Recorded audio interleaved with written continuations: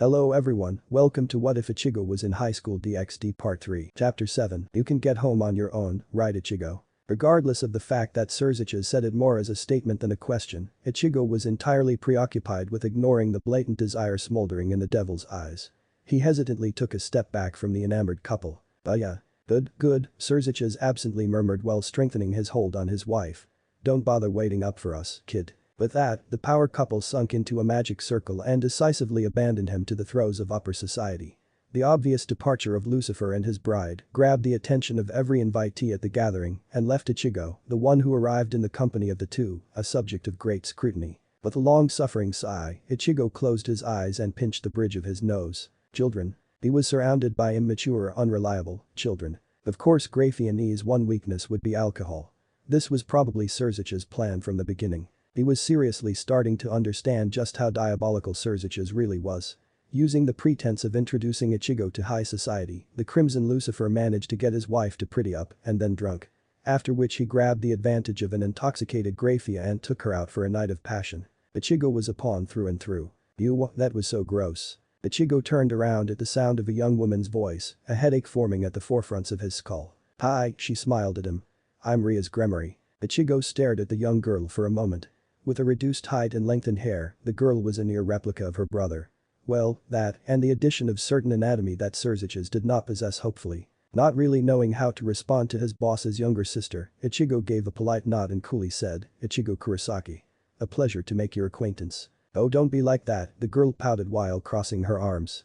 Ani-sama said that you're actually fun to talk to. The thought of being encircled by children entered his head once more. He folded his arms. In that case what do you want? Wow, he really is blunt.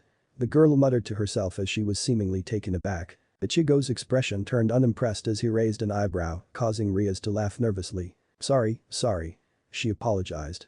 I'm just really curious to meet Ani-sama's newest servant. I know his whole peerage very well. Ichigo let go the tension in his shoulders. In accordance with his earlier assertion of being surrounded by brats, Rias herself was only a couple of years older than his own two sisters were, and it would make for a pitiable sight if he vented his frustrations on her. Sure, Ichigo said as he began to drift off the dance floor. What would you like to know? She followed behind as they made their way to find a secluded side away from the rest of the crowd. You've lived in Japan all your life, right? 19 years and counting. She sighed enviously. You're so lucky. I've only been living in Japan for the last few months or so. The sound of the party had dimmed to a dull hum as they settled on a balcony overlooking a small garden with fountain in the center. Ichigo leaned his elbows onto the railing as he peered up at the twin moons of the underworld. The two satellites were much closer to than the moon orbiting Earth, thus they encompassed a larger portion of the purple sky skimmed with stars. Japan is so amazing. Ichigo looked over to see literal stars in young teenagers' eyes. I wish mother and father let me move there years ago. So much time wasted. How old are you again? Ichigo asked with a look of amusement. I'm currently 17, Ria said, looking slightly thrown off by the question. I just turned actually, not too long ago. Oh? Ichigo looked over across at her. You're only a few years older than my sisters. But Surziches did mention you started high school recently. You have sisters? She asked, slightly surprised. Two of them? Ichigo looked back at the pair of moons. Yuzu and Karen. They're twins. It must be nice, she smiled wistfully up at him. To have younger siblings. Ara. Am I interrupting at a pivotal moment? Ichigo straightened at another woman's voice and slowly spun around. Directly behind the two of them was a beautiful girl with black hair tied into a bun. What really captured Ichigo's attention was the fact she was wearing a dark purple kimono. She was obviously of Oriental descent given her features, which was quite confounding as so far, every devil he had met had been Caucasian. However, a minor frown crossed Ichigo's lips as he caught the touch of her aura.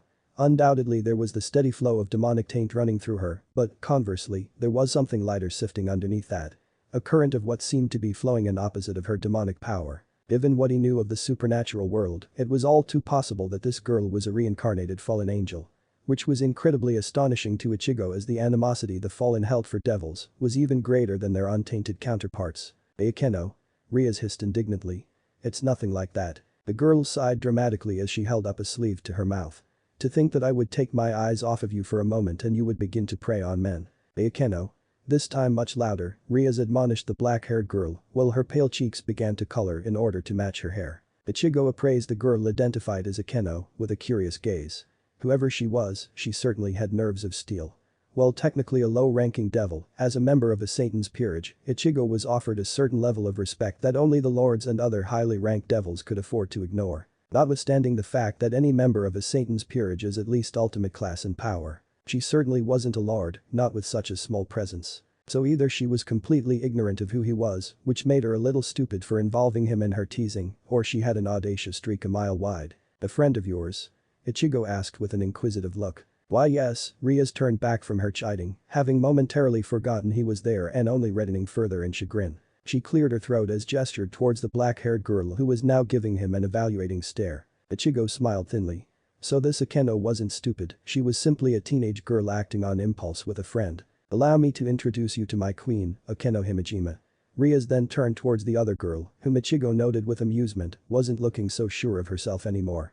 "Akeno, this is Ichigo Kurosaki, pawn of the Lord Lucifer." Akeno's ivory skin lost what little color it possessed, and she immediately bent at the waist in a low bow. "Please forgive me, sir. I meant no disrespect." The worry in her voice was all too evident, causing Ichigo's chest to rumble in silent laughter. "It's alright," he said gently. "Though I would advise you to take care in who involve in your games from now on." "Ah, yes," Akeno flushed deeply. "HMPH." Rias flipped her hair in a huff. "Serves you right for always making annoying comments. It is hardly my fault that Rias-sama has so many openings in her defenses." Akeno looked away with thoughtful expression. Her every move demands to be harassed. "That's not true." Rias began to become heated once more, and Ichigo found himself being content in observing the byplay between the two. As the two girls went back and forth, it was with a sudden comment that caused Ichigo to laugh and break his silence, reminding the two girls to his, once again forgotten, presence. "Oh dear," Akeno said while cupping her cheek. "We seem to be embarrassing ourselves in front of Ichigo Dono." "My apologies, Ichigo-san." Rias wrung her hands together. "We have thoroughly disrupted your evening." Hardly, Ichigo leaned against the balcony railing with his arms crossed and the barest hints of a smile adorning his lips. "I'd say this has been the most entertained I've been in the last 2 hours." Judging by the look of slight shame that crossed Ria's face and the small indignation on Akeno's, both girls knew what he was referring to. Eyes downcast, a hint of regret playing through her eyes, Rias said, "I suppose I should apologize on behalf of my kin. Not all devils are prejudiced. Just most of them." Akeno gave a bitter sigh. Ichigo shrugged as his face fell disinterested. "It hardly matters what others say about me when I couldn't care less about their opinions." Still, Rias shook her head as determination lit her eyes. "It's one of the aspects of our society I wish to change." "Oh?" "One day," Rias put a hand on her sternum. "I will inherit the position of Lord Gremory. I will use both my name and merits to better the underworld." Ichigo knew those eyes all too well. He stood straighter as he was reminded of days of when he would wake up and see those eyes reflected each morning. "And I will be there supporting you, my king." Akeno had a demure smile gracing her face, but Ichigo caught the pride that shone fiercely in her eyes. "These girls," Ichigo mused. "I wonder how far they can go." As a comfortable silence descended on the trio, Ichigo turned towards Akeno and queried a thought that had occurred to him. "How come you didn't know who I was?" "Surziches announced me to the entire hall. We were late in arriving." Akeno shot Rias a look. "Someone couldn't get ready on time. It's not my fault." Rias defended heatedly as she put her hands to her breasts, much to Ichigo's bewilderment. "They got bigger again and my gown wouldn't fit. I had to get a different one prepared at the last minute." It was only a moment after she finished that Rias realized what she had loudly pronounced. She slowly craned her neck towards Ichigo, who did his absolute best to appear unperturbed as possible, and blushed a brilliant scarlet. Akeno quickly covered her mouth as her entire body shook with laughter. Ichigo closed his eyes in silent sign of utmost aggravation. Once again, his mind echoed the sentiment that high school girl were to be treated with a healthy dose of patience. It was bad enough how he had to deal with Graphia's provocation earlier.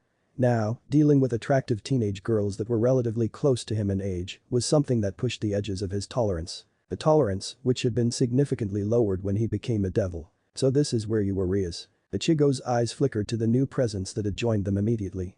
Still keeping himself propped against the railing and having his arms crossed, Ichigo nevertheless primed himself the moment he felt the girls tense. Akeno moved back quickly and Rias edged towards him. A prominent frown formed on Ichigo's expression as a young man, approximately Ichigo's age, walked towards them. He had dark blonde hair and dressed with a careless stylishness.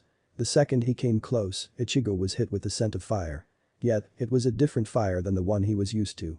It was of a less harsh kind and gave off the sensation of renewal and invigoration. Ichigo, for the oddest reason, felt an intense dislike for the young devil. The blonde-haired devil's eyes lingered on Akeno for a moment before they fell on him. Apparently, he wasn't anybody special in the blonde's eyes as he promptly drifted over him to Ria's. Riser.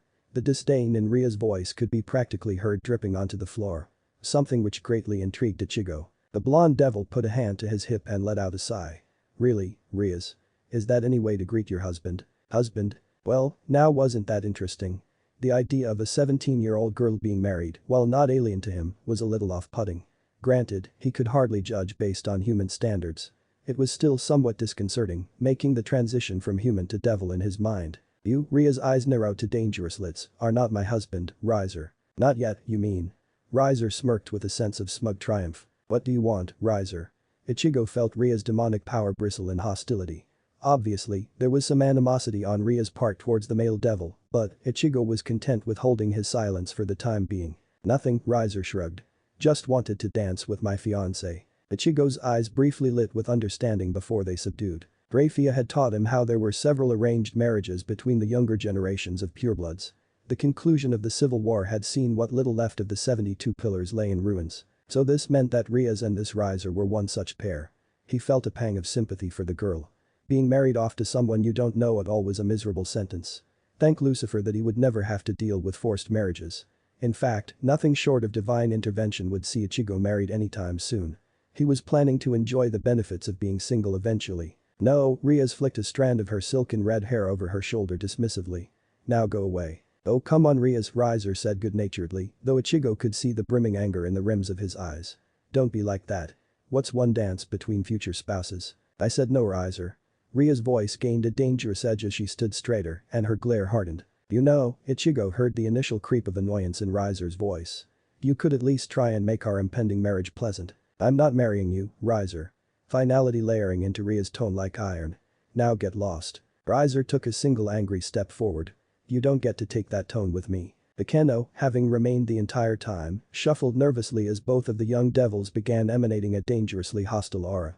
There was a slight crackle as demonic power clashed and the air began to become heavy with imminent danger. Ria's eyes began to glow a perilous green as Riser's gaze flared a deep orange. Ichigo's sixth sense picked up the indiscernible struggle between the dark power leaking from Ria's and the raging furnace that was radiating off Riser. Suddenly the burning smell of ozone struck Ichigo and he felt Ikeno stir her own power from next to him. A swift glance to the door let Ichigo know that the three devils flashing their auras had attracted a sizable audience. Wonderful, he was now caught in the middle of a soap opera-worthy drama that came with its own spectators. Ichigo closed his eyes in a silent sigh. The headache from earlier slamming with renewed vim and vigor. He slowly opened his eyes, sifting through the three clashing energies that were seconds from open combat. With a near imperceptible shake of his head, Ichigo touched Zangetsu resting deep within his inner world. He heard the annoyance from his spirit at being disturbed when there was no obvious chance for enjoyable combat. He exhaled sharply, brimstone and ash tainting the underworld air as demonic and spiritual pressure fell upon the world in a silent scream. The luster from the celestial bodies in the evening sky dimmed to a pale sheen and what little vegetation crept alongside the walls withered to dust. Maybe, Ichigo's eyes swirled a bleeding red as his voice cut through the trembling night. You all ought to relax a little, don't you think? The dark authority stealing itself in his speech caused everyone within earshot to pale considerably. Ichigo slowly drifted over the faces watching him with perfect indifference. Each time his eyes met someone else's, they shuddered where they stood. At last, his eyes fell on Riser, who being so near to him, had a dread fill him unlike any before. Rias stood transfixed as a terrible dark power coursed through the world and whispered to her things of the purest malice. What was once a standoff between her and her unwanted fiancé quickly became a life-changing experience. She could hear the rush of blood through her ears with every erratic beat of her accelerated heart. Her eyes and nose watered as they were stung with the corrosive stench of blackened sulfur. Somewhere, beyond her senses, she knew there were an innumerable amount of people screaming in endless torment and, for the most blood-curdling reason, she knew the sound was coming from Ichigo-san. What she had initially viewed as a handsome older boy with a casual air of maturity was now easily revealed as a monster, perhaps on par with her brother. She knew power. She had grown up with power. Every adult in her life was a being of such terrifying capabilities that they could influence an entire war with their mere presence. Yet this, Ichigo was obviously not cut from the same cloth as everyone else. The way his sheer existence was crushing down and forcing her to gasp for air was beyond the aptitude of most powers within the underworld. You know, his voice causing a tremor to strike up her spine as it seemed to warp on certain syllables. It's rude not to introduce yourself and, quite frankly, being ignored is pissing me off. For all that she hated him, Riaz had to give Riser the credit he was due when he managed to meet churning eyes of bloody crimson and not falter and collapse to the ground. She saw her fiancé grit his teeth as both dread and indignation filled his eyes. Pride is a pureblood ward with screaming survival instincts. "My name is Riser Phoenix," he barely managed to choke it out. She would never marry him, but the single act of standing erect before this monstrous creature would forever earn her respect. And suddenly, the smothering aura vanished as if it was never there and the world seemed to right itself. She could hear the water in the fountain splash again, the twin moons regained their shine, and the air became breathable and absent of the acidic miasma. With nonchalance entirely the opposite of the aura he was previously emitting, Ichigo-san remained propped against the balcony rail as he lazily extended a hand. "Ichigo-kurosaki, pawn of Lucifer." Riser's jaw nearly unhinged and, if possible, he seemed to pale even further. He reached out a shaking hand and grasped the offered appendage. "I'm going to assume that you were late to the party." Riser only nodded dumbly as Ichigo-san shook his limp hand before letting it drop. "Right," Ichigo's voice barely leveling above board. "Do you think you could let us finish our conversation?" Getting an affirmative nod from the completely overtaken Phoenix, Riaz had to stop herself from gaping as Ichigo-san waved her persistent suitor away. As Riser disappeared into the crowd that was both terrified and captivated, she heard a long sigh escape from the older devil next to her. "You know," he said turning towards her. "Your brother told me this trick for dealing with all these unpleasant elitists." Riaz looked up at him expectantly, but before she could say anything, a sudden screaming broke the remnants of the spell woven by his terrific display of power. "Revenge." "I'm screaming revenge again." Ichigo-san frowned momentarily as he reached inside of his suit and pulled out a sleek black phone. His frown deepened as he read the name written on the caller ID. Still scowling down at the blaring phone, Ichigo said, "He told me the best thing to do is crush them." "Ah, if you'll excuse me." Riaz trailed after him as he walked away and the sea of spectators parted for him. Upon revisiting the memory later, Riaz would admit to herself that he had a cute butt. "Hey Riaz," she turned around to see a thoroughly flushed Akeno whose eyes were half-lidded and legs outwardly squirming. "Do you think he's single?" As all the partygoers practically fled from his approaching steps, Ichigo's eyes were glued to the screen that read, Graphian. This little call presented Ichigo with quite a conundrum. A drunken Graphia had left the party with her apparently aroused husband. Meaning if he picked up, there was a good chance that he might end up with a fair deal of emotional baggage, depending on what was going on the other side of the call. On the other hand, if Graphia had succeeded in returning to sobriety and he didn't pick up, she'd more than likely chew his ass out. Decisions. Deciding to take a chance, Ichigo flicked the talk symbol with his thumb and put the device to his ear. "Hello? Ichigo Nai-sama." A small voice shrieked at the other line. Ichigo gave the screen of his phone a once-over before putting it back to his ear. "Milikas. What are you doing calling me on your mom's phone? There's no time for that, Nai-sama." The child yelled urgently on the other side. "Milikas, what's wrong?" Ichigo's brow creased in worry at the blatant desperation in the young boy's voice and he picked up his pace towards the exit. "Otu-sama has gone crazy." Ichigo's eyes widened at that. "Wasurzich's H. He's going to hurt Akasama." The tears in Milika's voice put Ichigo on the brink of panic. "Milika's," Ichigo's voice becoming iron with command. "Tell what happened." I was eating a late-night snack when Otu-sama came crashing into the kitchen half-naked." Milika screamed back as Ichigo's stomach dropped. "Oh hells no." He then started to tear the fridge apart and he was laughing all crazy. He ran away with all the whipped cream while yelling he was going to punish Akasama. "Nai-sama, you have to stop him." Ichigo froze in place as his face fell void of all emotion.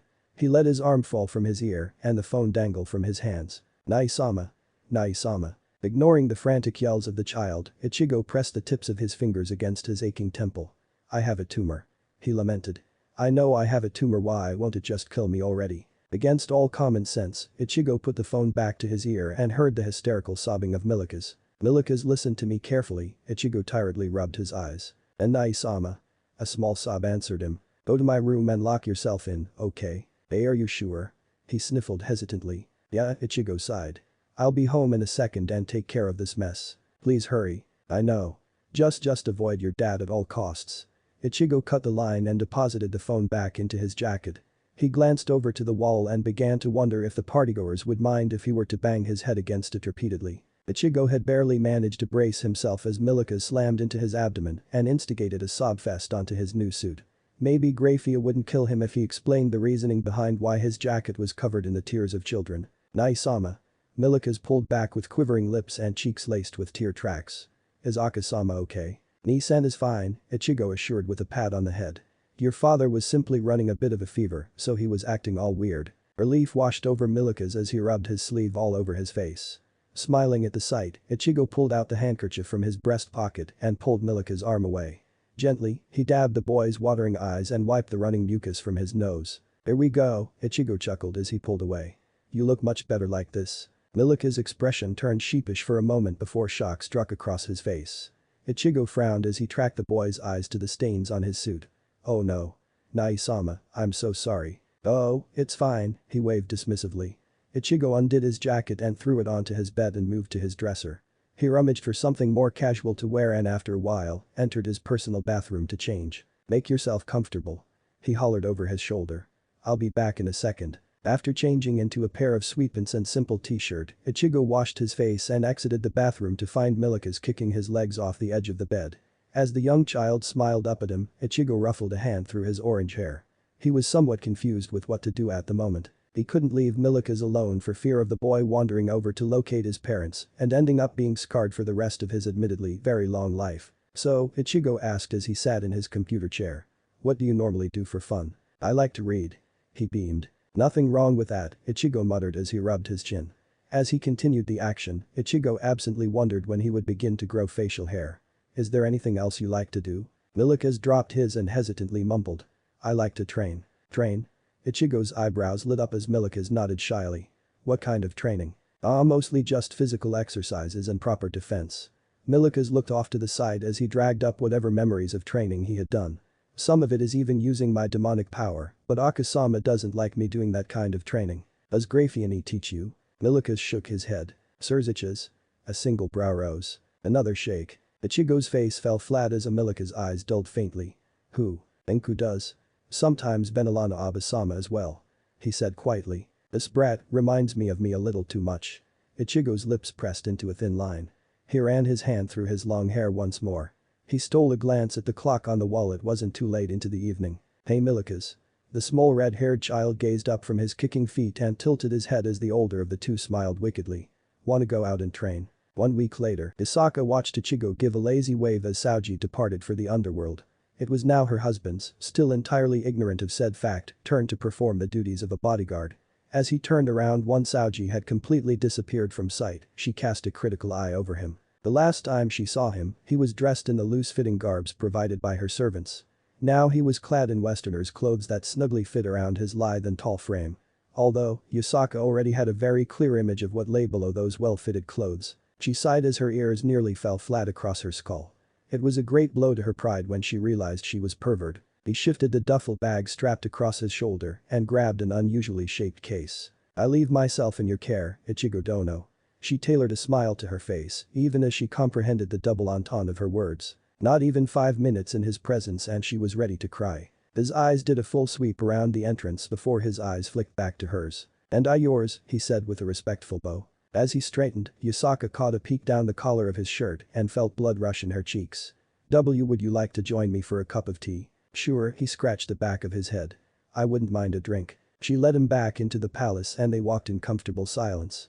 Albeit, she was pleasantly surprised to find that his monstrous aura was far better concealed than it was before. For someone as sensitive to energy as she was, he had been a walking lighthouse. Perhaps he had spent a good portion of the past week training. It was a good sign that a person did not allow their skills to stagnate when possessed of great power. "How's Kunu doing?" he asked, once again surprising her. "She is doing well," Hisaka said while sneaking a glance out of the corner of her eye at him. "And yourself? How is your family faring?" "My sisters are busy as ever being in middle school. As for my father, well, he's keeping himself busy with his clinic." "Ah yes, I had forgotten that Shiba-isin had become a physician." She mused softly with her hands folded in her sleeves. She continued to make her way to her study. However, when she could no longer hear Ichigo's footsteps, she turned around. Hisaka glanced with worry as he stood frozen in place and unmoving, his face twisted in an utter dumbfounded manner. "Shiba?" Hisaka's eyes widened. "You did not know?" She held a sleeve to her mouth as mortification and guilt tossed in her chest. "Oh dear Ichigo Dono, I am terribly sorry. I did not mean to." Hisaka trailed off as she broke her gaze away. He exhaled loudly before dragging a tired hand through his long hair. No, it's fine." His eyes going distant. "I'm the one who said that I would wait," he murmured to himself. She stood there in unbearable discomfort as he stared off into space. Hisaka closed her eyes in a silent moment of frustration. That she would make such a ridiculous blunder. Hey, she looked up and her heart clenched at the obvious sorrow in his eyes. It's not your fault. I would have found out one way or another. The smile he gave her was edged with both reassurance and far-off grief. Despite everything, he's still barely out of his childhood. She felt Amaterasu stir from the deepest confines of her soul. A wave of maternal affection and concern flooded through Yusaka as she beheld the young devil before her. Yusaka reflected Ichigo's sad smile as she began to understand why Amaterasu was so invested in this young, extraordinary individual. Would you prefer to retire for the time being? She called, allowing her roiling emotions to recede from her eyes. Pity would only insult someone of his nature. She figured that some time alone would be enough to relieve himself through the sudden revelation. His response utterly astounded her. Actually, tea sounds great right about now. His own face slowly became schooled and polite, though the remote glint tarried on the fringes of his expression. Very well then. She nodded, gaining a newfound esteem for his inner strength. Few could so easily master themselves and retain a measure of patience. Fewer still at such a young age. It didn't take too long for them to arrive at her private study. She had sat herself behind her desk with a guest chair put out for him in front. Already, upon their arrival, was a servant waiting with a tray of steaming tea. Yusaka adjusted herself as she took a tentative first sip before setting the cup back down and meticulously examined him. His eyes were hidden behind his long bangs and he kept the teacup firmly in both hands. Several moments passed and Ichigo set his empty glass in front of him as he quietly asked. Have there been any irregularities you've noticed? She pitched him a critical eye, noticing how his eyes were unwavering and face set in determination and girth. It appeared he had come to terms with whatever turmoil she had inadvertently caused. Liking to savor the flavor, Yusaka's cup still held a fair amount of hot liquid and she slowly tasted before answering with a shake of her head. So far no discrepancy has been observed. Neither by myself nor Saoji Dono. The calm before the storm, I suppose.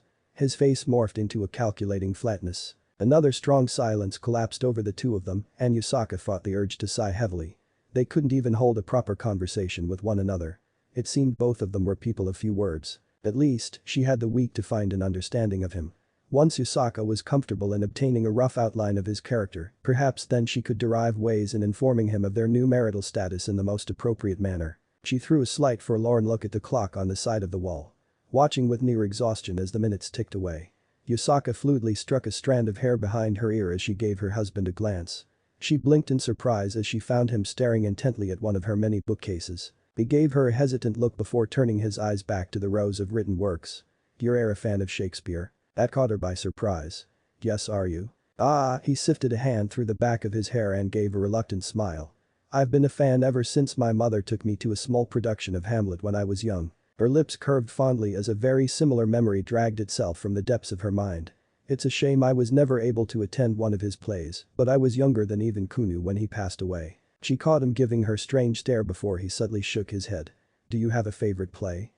She laced her fingers in her lap as she considered the many works she had read over the centuries. I would have to say Richard III. Judging by the way his eyes lit up, it was perhaps one of his favorites as well.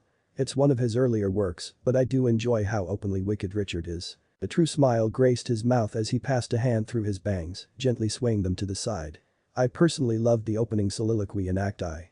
It's almost conspiratorial, the way he gets the audience involved in Richard's plots. She gave a small laugh and began to recite, I am determined to prove a villain and hate the idle pleasures of these days. Ichigo lips twisted roguishly. Plots have I laid, inductions dangerous. 5 days later, Ani-san Kunu called out as she waved her parchment of calligraphy, allowing the ink to dribble down and stain the floor. Look. Kurakumo said that this is my best effort yet. Isaka gave a light chuckle as Ichigo gave her daughter an expression of fond exasperation. Oh? His eyebrows rose as the corners of his mouth continued to twitch in silent amusement. Is it because you wrote all over the floor? Kunu's nose scrunched cutely in confusion as she bent her head to examine the floorboards. Her eyes widened as she took in the sight of ink droplets and stains across the wood and she began to flail her arms. You Kunu turned towards her as her eyes began to water. Akasama, I didn't mean to. A musical giggle escaped from the golden nine tails as she opened her arms. Come here. Kunu dropped the dripping parchment as she ran over to her but suddenly stopped halfway and uncertainty found its way onto her face in the form of quivering lips. Knowing her daughter better than any other, Yusaka slowly approached as she gracefully slipped onto her knees. It's fine. Yusaka touched a weave of magic over Kunu and the stains of ink slowly began to disappear. Kunu gazed on in wonder before she threw herself at Yusaka and nuzzled into the older Kikbi.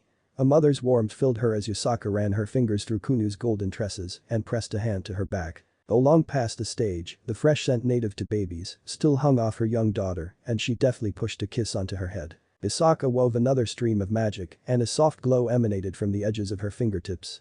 It flitted through the air and quickly covered the blemishes of pooling black liquid from the floor. I seriously need to learn more magic, she heard Ichigo mutter absently. Kunu poked her head from out under Yasaka's arms and pouted heavily.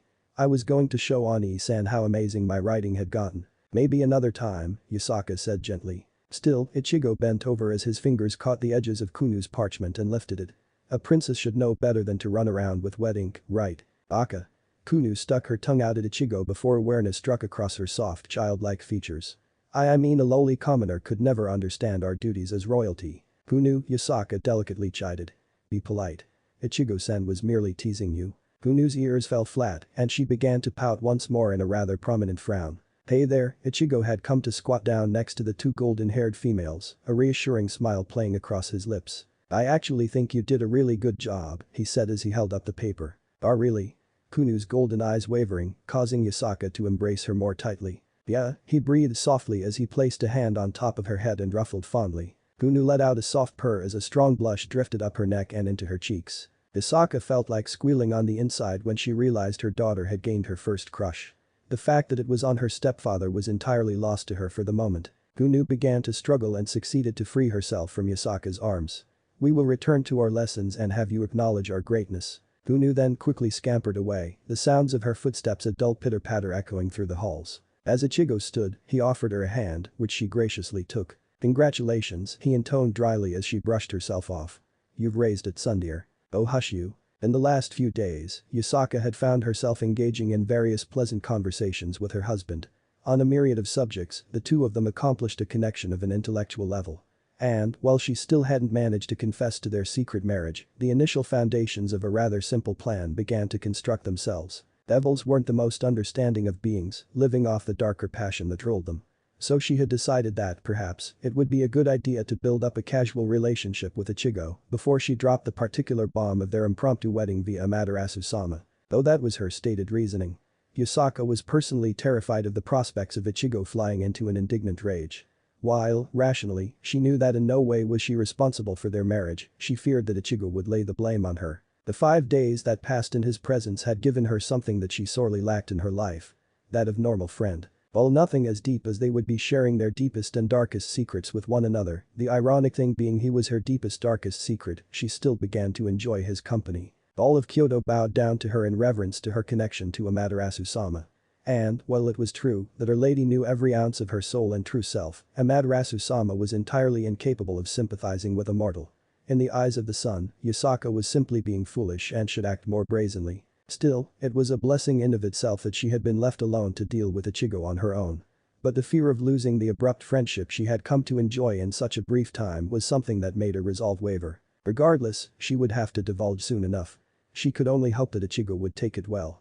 Nevertheless, even if Amaterasu-sama used her divine authority to validate a marriage between herself and Ichigo, there was no possible way the Lady of the Sun and Universe could enforce it.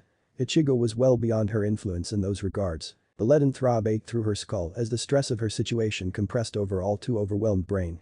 You alright? His brown eyes wavered with concern as he peered down at her. Her lips parted to say something, but yet her mind rang blank. When she felt the slightest of pressures on her palm, she realized that she was still gripping his hand. Yasaka reserved enough control on her erratic thoughts to keep herself from yanking back her hand, and instead, she twisted her wrist experimentally. His brow furrowed and he quickly let go. I apologize, she said, not meeting his eyes. My mind and merely engaged. Need help occupying your brain? She glanced up with confusion as mischievous smile rippled over his face. What? She asked softly while tilting her chin. He brushed the back of his head and his expression became awkward. Sorry, it's something Surziches and I have going. My tongue slipped out instinctively. Oh, she said, not truly understanding. Do you any further meetings for the day? He asked, quickly changing the subject. No, she gave a light shake as her golden locks danced around her frame. I am essentially having a day off today. There is little to be done as the clan heads have taken their responsibilities more seriously in light of the new threat. They don't usually? He asked curiously. Unfortunately, no. Her expression twisted in annoyance as she quietly brought her tails out. While some of them take their duties very seriously, Imkai, as a rule, are quite the unruly lot as a whole. As such, many of them allow their kinsmen to run wild, leaving it to me to clean up. The two of them had begun a walk at a leisure pace. Well, in truth, Yusaka was merely wandering aimlessly, while Ichigo simply followed her as her bodyguard. There was nothing wrong with taking advantage of the situation to spend more time alone with him after all. Must be pretty irritating. He frowned from behind her. Quite the opposite, she smiled mischievously. Because they do not handle it on their own, I may deal with the headaches at my discretion. They cannot complain as it was they who shirked their duties. He snorted. For a priestess, you're quite the tyrant you know. She aimed her smile at him and subtly brushed a tail against his arm. Before any station in life, I am first and foremost a kickbee. My kin are rather well known for the mischief they cause. He snorted. All of a sudden I fear for my life. Maybe I should leave. Isaka put up a sleeved hand to her mouth as she turned away in mock hurt. Alas. I am a woman, friendless and helpless. Ah, Ichigo followed along as his expression became amused and he spoke sardonically. But you are a woman. When you think, you must speak. Such is your bane. Two of Yusaka's tails smacked his arm and they both smiled in amusement. They resumed their slow march and Yusaka bit her lips lightly to keep the smile threatening to overtake her countenance in full. The tips of her tails twitched and her ears stood straight. Eventually the hall they trekked on opened up and they found themselves in the main hall. I have told you my day encompasses of nothing, she softly intoned. What are your plans for the remainder of the day? Aside from following you around. He grinned from the corner of his eyes. I thought maybe I could get some guitar time in. Guitar time? Her brows creased. I did not know you were a musician. I'd hardly call myself a musician, he scoffed. I just enjoy a good riff. Riff? The sound of her voice coated in confusion. It's well, how do I explain? He crossed his arms as he became pensive. I guess it's a repeat of melodies over and over again. She mused silently and suddenly a tail wrapped around one of his wrists. Hey. Isaka calmly began to lengthen her strides and Ichigo was dragged along. Let go of me. Where are we going? Why, to your quarters of course, she said as if it were the obvious thing in the world. Alright, he grunted as her tail wrapped even more tightly when he attempted to free himself. Why are we going to my room? You have sufficiently piqued my interest. I wish to see you perform. She shot him a devious smile. You should be honored. It's not often the opportunity to entertain royalty presents itself. Oh wonderful, he rolled his eyes. Now I see where Kunu gets it from. I bet you were an adorable kid too. She suddenly stopped, causing Ichigo to look at her with a frown. Inwardly laughing, Yusaka averted her eyes and willed a blush onto her face. You do not think me adorable now? Ichigo's expression cut slack before he pinched the bridge of his nose with a slight groan. Not you too. He muttered absently. You're becoming as bad Yoruichi and Grayfian. Isaka felt a slight tug inside of her chest as her eyes sharpened in the minutest of lights as the amusement in her slowly slid away. Grayfian? Is she not the maid who attended to your lord? You are close to her then? Ichigo looked somewhat lost at the sudden question before answering. You could say that. I think she's the closest friend I've made in the underworld so far. I see. Her lips pursed a tad. Do the two of you do things often? As friends I mean. She amended quickly. Ichigo tilted his head back in reflection. Not really. A frown passed his face, which did not go disregarded by her. Nisan is my main link to learning about the underworld and all of my responsibilities. I mean, yeah, we sometimes do things that could be considered fun, but it's generally for a specific reason. Isaka pondered over his answer as she turned around and began to lead him back to his chambers. I see. And Shimin Yoruichi? What is your relation to her? You know Yoruichi? The surprise in his voice quite apparent. Hyodo makes sure to keep an eye on Urahara Kisuke and his machinations. She answered briskly. And blame you there, Ichigo sighed. That man is the single biggest pain I've ever met. As for Yoruichi, well, she trained me for a while. After that, we kinda fell into a casual relationship. You're close to them then? Not particularly, no. He frowned. I haven't spoken to Yoruichi in over a year and Grayfian is a recent addition into my life. Granted, she's become that big sister in my life. It does not sound like you have many close to you. Yusaka said, easing open the door to his room even as relief flooded through her. With no lover in his life, this would be much easier. I've generally kept to myself ever since I entered college. She could hear the grimace in his voice as he stepped in from behind her. She cast a long glance around the well-adorned bedroom. I am impressed, Ichigo-san. I was under the impression that young men of your age were general slobs. He walked past her and bent over the edge of his bed, pulling a large black case onto it. Yeah well, he said as a click sounded from the case. I've never enjoyed being messy. I had to take of my sisters when we were all pretty small, so I've an ingrained habit of cleaning up. He lifted the top open and reached in.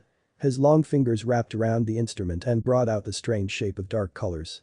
Yusaka watched from a distance as he sat on the bed, pulled the instrument into his lap, and began to fiddle with small knobs on the device. "The music of Europe never truly took hold amongst my kind," Yusaka said as she continued to watch Ichigo handle the instrument in his arms. He gave a light chuckle but kept his gaze focused on the guitar. "I'd be pretty shocked if I saw a kappa shredding down the neck of a flying V. I do not understand," she said blankly. "Sorry," his brows came together as he fingered the strings, testing their tension. "A lot of these terms are weird for most people. I'll try to keep them to minimum." Yusaka watched with interest as he walked over a large metal crate with various small buttons and switches.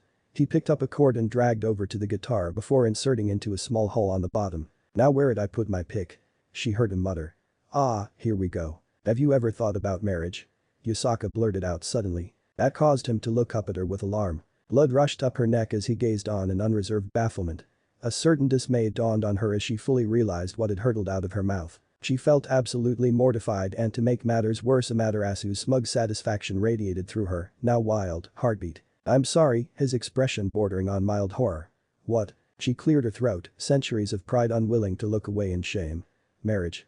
Is it not customary for humans to wed at your age?" She desperately ignored the hotness within her cheeks. "Not really," a note of wariness rocking though his face.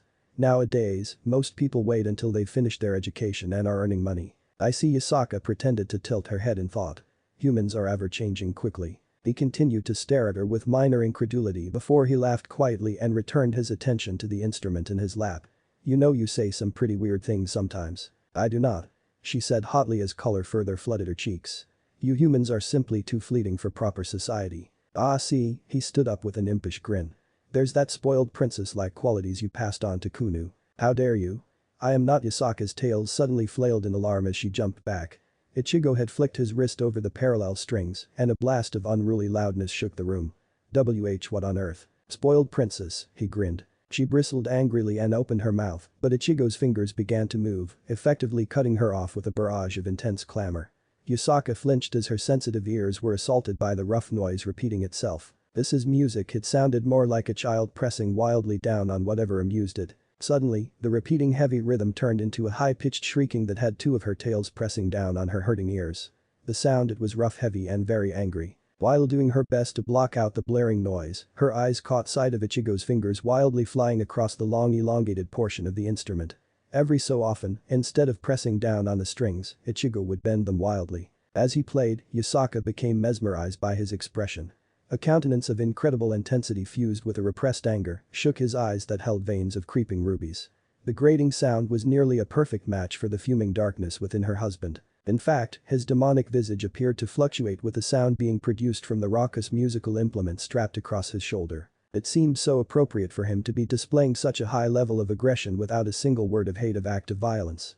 For that's what it appeared to her, all the darkest truth of Ichigo's soul unleashed and exercised through the fraying of his wild locks and the raging of his locks. Shadowed, enslaving, and so twistingly pure. As the fire blackened, as the darkness distorted, there appeared to be not a single thing out of place within Ichigo.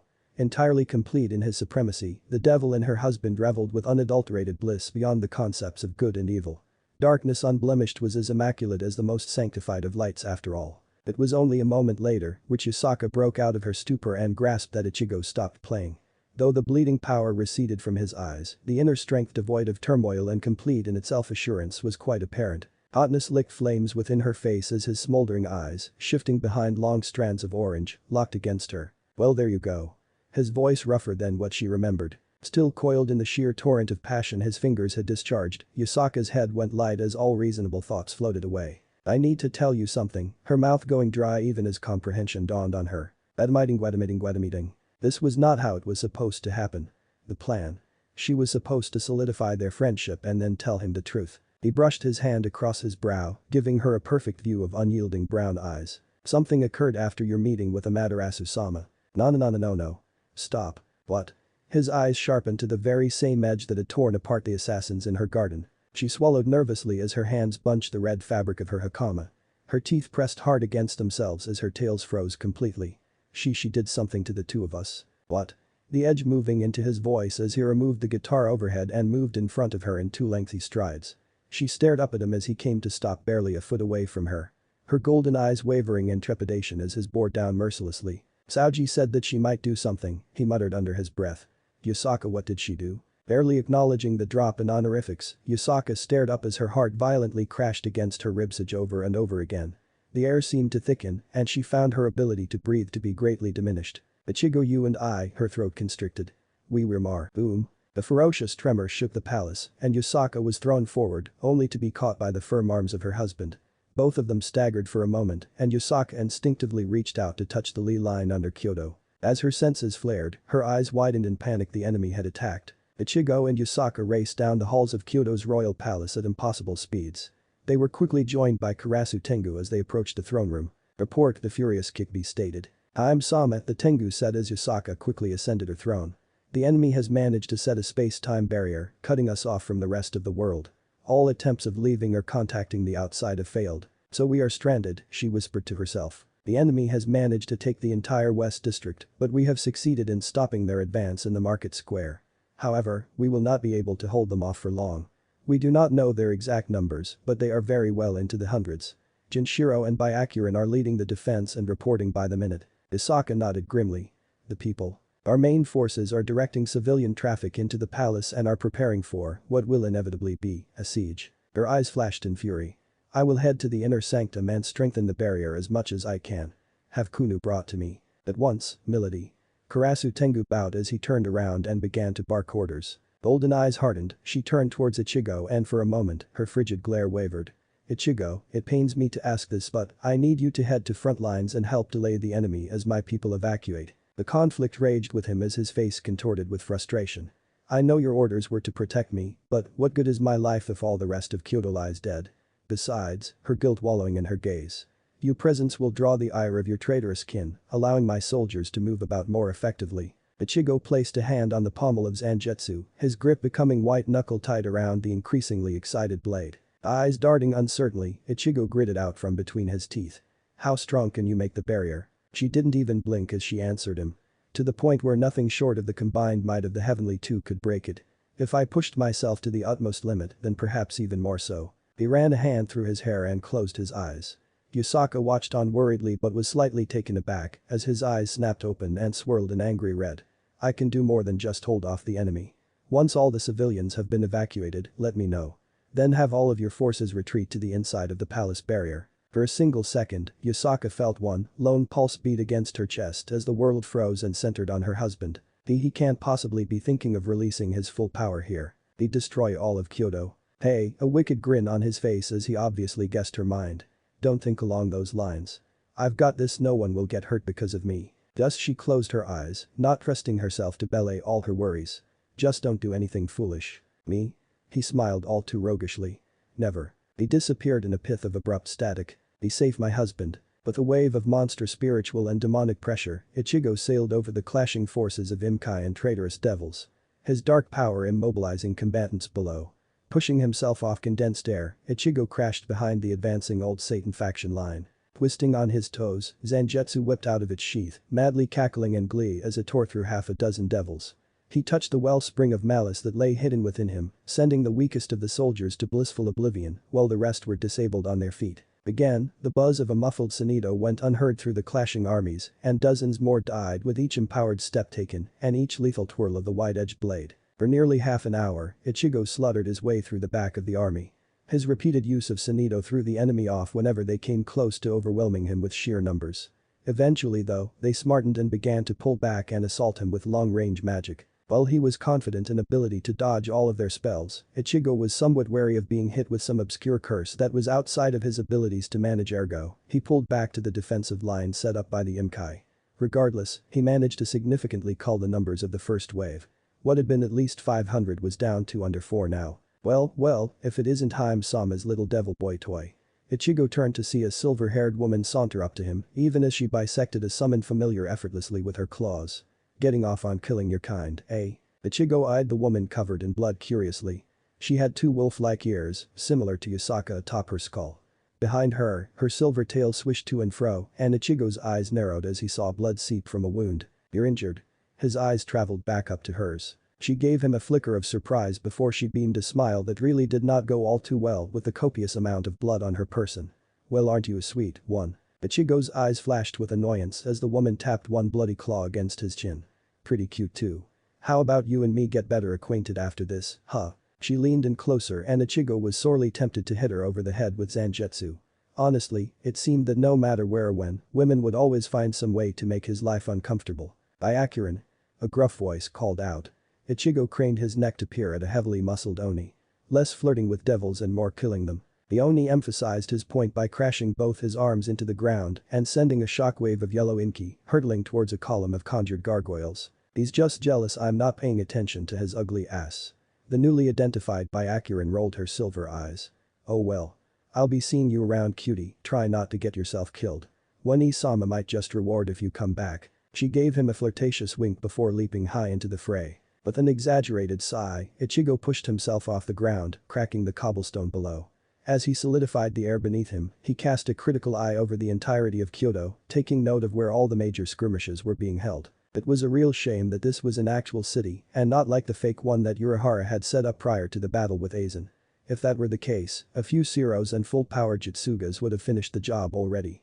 Unfortunately, if he did that, Kyoto would be reduced to a pile of rubble. Somehow he didn't think that Yusaka and the rest of the yokai would be quite that impressed with him. Not to mention what Graphiani would do if she got wind that he leveled an entire city. The shiver visibly traveled up spine. Best avoid that route with zeal. As Zanjetsu growled impatiently in his grip, Ichigo lightly kicked his own sword and scolded it, "Shut up, will you?" The sword hummed with what Ichigo could only interpret as vulgar spiel. Rolling his eyes, Ichigo stopped halfway through the movement as something caught his attention from his peripheral view. What appeared to be hundreds of glowing lights appeared within the sky, causing Ichigo to school his features into neutral. Reinforcements, huh? He muttered as he took off in the direction. Looks like you're gonna get your fill, you psychotic sword. As Zanjetsu let out another note of discontent, Ichigo realized just how screwed up his life was when an inanimate object just told him to piss off. He was going to demand that Surziches give him a vacation after this whole mess. As hundreds of devils appeared and prepared to begin the second wave of the invasion of Kyoto, Ichigo stepped out of a Sanido, directly beneath them. It had been their miscalculation to appear in mid-air rather than on land. He ripped open the floodgates and let loose his massive reserves of power. Gripping Zanjetsu in two hands, red-laced black power surged around the sword and Ichigo smirked as his positioning allowed him to use the attack without damaging the city infrastructure. The devils felt the spike of his power far too late and Ichigo launched a Jutsuga Tenshim skyward. The black fang arsed towards the amassed army and detonated with a fierce explosion. The roofs of the nearby buildings were cleanly crushed from the force of the eruption, causing Ichigo to let out a series of obscenities. Oh well, push comes to shove, he could just blame it on the invading army. As the sky above was engulfed in a torrent of flame and smoke, Ichigo sprang himself upward with a powerful twist of his legs. He positioned himself across from the raging flames and watched dispassionately as corpses and the heavily injured fell in groves. He didn't like it, such a massive taking of life, but he had learned from both Surziches and Graphia just what kind of people the old Satan faction were. They practiced the ancient ways of the underworld with, ironically, religious fanaticism. All they cared about was power and the right to exercise as they saw fit. Aptly, Graphia had called them evil. His hold on Zanjetsu constricting, Ichigo's crimson eyes surged with calamity and malignance. He slowly swung his arm and tore loose a second black fang. Yusaka sat in the center of a massive seal array that her mother and grandmothers had used for millennia to regulate the ever-fluctuating Li lines. Just outside of the glowing magical circle, Kunu and several of her most trusted handmaidens lingered. Within the inner sanctum of her palace, no man could ever intrude. Not so long as she drew breath would she allow it. A bead of sweat passed over her brow as she slowly opened her eyes. The sheer concentration needed to regulate a planet's worth of energy was nothing to scoff at. Well, perhaps that was an exaggerating. She was hardly manipulating the entire planet's life stream. Merely diverting a minuscule drop for her own purpose. Still, that minuscule drop was great enough to multiply her own capable strength fivefold. In this stage, she could easily overwhelm any save for the most powerful of the world. Perhaps that was another exaggeration. She could potentially defeat any but the most powerful, but the necessary focus and immobility of the state made it incredibly impractical for open battle. Not to mention a slip-up in regulating such massive amounts of energy would reduce her to ash. She let out a deep breath as she addressed no one in particular. How fares the battle? Have the citizens been evacuated? Most of the citizens have been sheltered within the palace. There are but a few stragglers that are being brought in. Yusaka wasn't sure who spoke, her mind going numb from the influx of power. Kurosaki Dono has managed to deal the invaders a terrific blow, but their numbers seem to have no end. The mention of her young husband brought some clarity to mind. That, she huffed heavily, pausing for breath. Is good news. What of the outside? Have we been able to breach the barrier? Unfortunately no, milady. We are still very much stranded though Karasu Tengu Dono is hard at work trying to break through. Isaka let loose a fatigued sigh. Her body racked sore with the strain of the massive power surge. A moment of coolness within her chest let her know that Amaterasu-sama was lending her aid as well. Helping the golden Kikni cope with a substantial strain. Akasama. Her daughter's voice cutting clear through the haze of dizziness. Yes, beloved. She smiled. Can I help you? Kunu sounded both afraid and hopeful, adding to the ease that her lady provided. No, darling. Yusaka's smile brimming with tender love. In time, as you grow older, you will learn to help your mother and someday even take my place. For now, however, simply watch. She closed her eyes with a sigh as she saw Kunu nod her head hesitantly before nodding a second time with renewed vigor. Milady, there is something else a handmaiden began but was interrupted. Silence. Do not add to Haim-sama's burden. Several of the others quickly began to berate the young woman who had spoken up and judging by their reaction, something serious had occurred. Serious and dread. Tell me, she said stiffly. Milady, you already have much to deal with, please do not add to it. Isaka shut her eyes tighter for a moment of patience. It's already troubling my mind so you might as well say it. As she opened her eyes, Yusaka saw several distressed gazes exchanged. Wonderful. How could it possibly get worse? Milady, one of them fumbled with her hands. The amassing cloud fang has been unsealed and stolen. Wah. Isaka cried out in pain as a spike of agony tore through her left arm and her concentration slipped. Immediately the others began to move. Do not approach. She barked through gritted teeth. She felt the energies of the sun seep into her arm and slowly work its way through the natural energy and repair the damage done. But even still, she could feel the Lady Amaterasu's worry through their link. Out of all the things the underworld traders could get their hands on, it had to be that blade. Yusaka fought hard to fight the panic down. Under no circumstance could that sword be allowed to come into contact with her devil bodyguard. If the Fang and Ichigo were to meet. Be careful, Ichigo. Heedless to the corpses that fell around him, Ichigo continued forward, cutting a bloody swath around him. He had become deaf to the cries of demise and blind to the sprays of blood. The battle raged without end about him and he continued forth with merciless drive. His eyes thundered a dark swirl of scarlet, warring against his countenance of frigid neutrality. Pure black eddied through him, anger gaining form and misery twisting the fringes of Kyoto. It was all that was left of his mind at this point. The need to inflict harm, the desire to distribute pain, the instinct to maim. Zangetsu cackled with mad glee as he carved through bone and blood. They threw themselves at in droves, devils of fear and desperation, only to crash onto their faces as the white blade harvested soul and sorrow. And as each life was robbed from its owner, the churning only increased and the flame roared from deep with his flesh, incinerating what would be carrion flesh. Ichigo cast a detached gaze around the chaos erupting through Kyoto, taking extra care to notice where conflict was strongest. He idly noted the aura of the woman called by Akurin, fighting off a contingent of hulking beasts. There was spike of magic, and Ichigo's eyes darted to the west, where the invading army had set up the bulk of its forces. Acres of buildings were shattered as the earth exploded in a shower of dirt and debris. Ichigo turned in full, his demonic eyes tracking the weaving of magic that was giving form and shape behind the twister of wreckage and rubble. Behind the wall of wind, he could barely make out a hulking frame slowly rising out of the ground. He took a single step and, before he completed his stride, he disappeared in a buzz of static. The finished Sonido deposited him several meters from the roaring winds. Their ferocity pulling at him and only being held back by the density of his pressure. From above him, winged and armed, devils dove at him only to be incinerated from the sheer ferociousness of the heat being generated off his body as he flared his aura. He didn't even blink as their ashes clouded and fell about him. His only interest was in the dying winds that outlined the colossus of a creature in front of him. Winding metal-plated pincers jutted from either side of its maw, snapping viciously and dripping corrosive saliva that ate away the ground it fell upon. The creature's flat, skull-like face tilted to the side as his two arms, longer than its body, fell to the ground in a crash. It peered down at Ichigo, all 6 sockets within its skull holding a dull yellow glow. With a morbid interest, Ichigo examined at the rest of its body. Purple and grotesque, it was barely humanoid with its bulging and mismatched appendages. Ichigo's mouth fell sourly as he realized that the monster was entirely nude, revealing deformed and diseased genitalia to the world at large. The pincers parted, revealing hundreds of rows of needle-like razors. Its back began to bulge and shift as the sound of crunching cartilage and tearing sinew grated on Ichigo's ears. From its back, erupted 8 attachments of bone, shaped and jointed like a spider's legs. With childlike intent, one of the extra arms of bone reached out slowly and moved to touch him. However, as it approached him, his demonic pressure burned away at the appendage, causing the tip to blacken and crumble. It didn't even bother to pull back, merely letting the leg fall to ashes. Its head tilted even further until it was at a perfect 90-degree angle.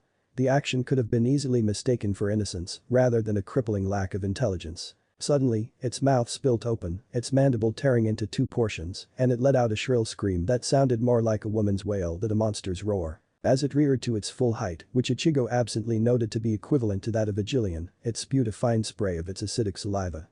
The caustic mist was instantly vaporized by Ichigo's power, and he raised Zangetsu overhead. HMPH. Zangetsu descended in a single-handed stroke, and the infernal creature froze, right before it was bisected by a deluge of poisonous green liquid. As the two halves of the creature slowly fell away, flattening structures and soaking the alleys with eerie blood, and Ichigo spread his senses, once more monitoring the battle being waged. The yokai were slowly pushing back the old Satan faction. However, Ichigo doubted that they were close to the end. For the most part, the devils slain so far were low-class creatures.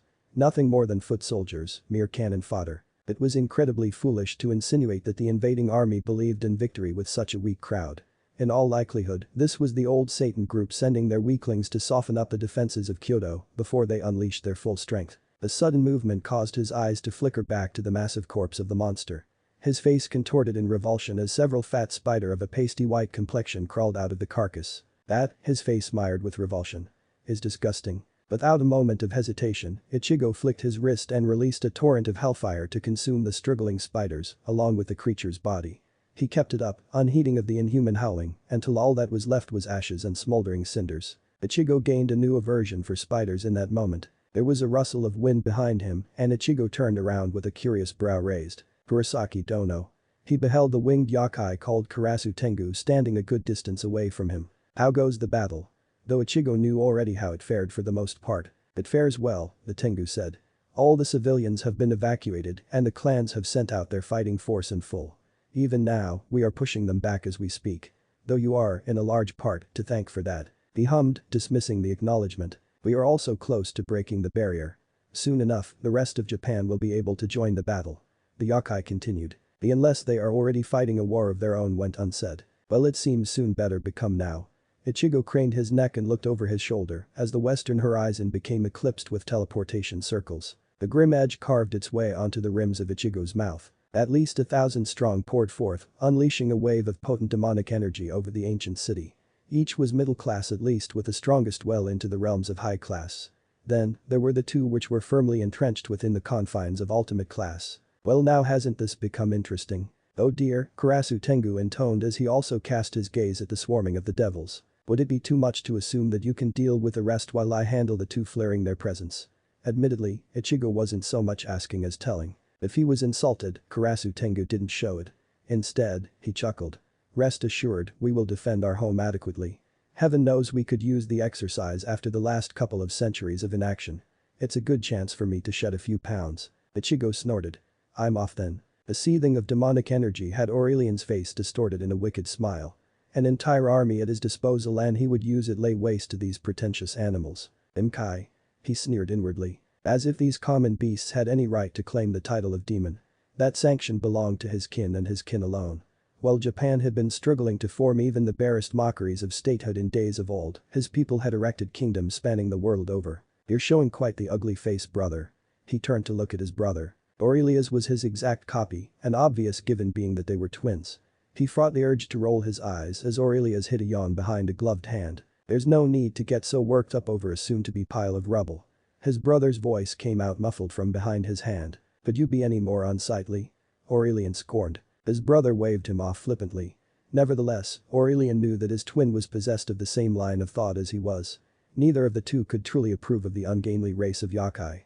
And that Surziches would ally with them. It made his blood boil. The usurper had laid down one insult after another, and Aurelian would see his old childhood friend brought to chains for his crimes. Yes, he and the former Gremory heir had played often as children, making Surzich's betrayal all the worse. But the boy he once called friend would dare to rise beyond his station, tear down millennia of tradition, and replace it with his own crude cowardice. For the sake of peace and prosperity, Surziches had said. They were devils. Peace and prosperity were anathema to them. They reveled in debauchery and decay. Decadence was their lifeblood. Surziches would have them wallow in a crib while their enemies armed themselves. Oh sweet Lucifer, Aurelia's groaned from beside him. You're having an inner monologue again, aren't you? I bet it's the one about dear old Surziches. Silence, Aurelia's. Aurelian fumed as his cheeks colored slightly. Really, his twin drawled. Your fixation with our old friend is rather disturbing at times. I am not fixated on him. Aurelius chose to ignore him. Honestly now, I'd wager that the simplest way to defeat Surziches would be for us to have you to confess your feelings to him. The old boy would probably die of shock or perhaps laughter. Aurelian roared as he lunged at his twin. Aurelius merely twisted his wings, flipping over his brother and glided away lightly. Do keep up appearances, brother. What will we ever do if the troops begin to lose faith in your captaining? Aurelian growled as he righted himself.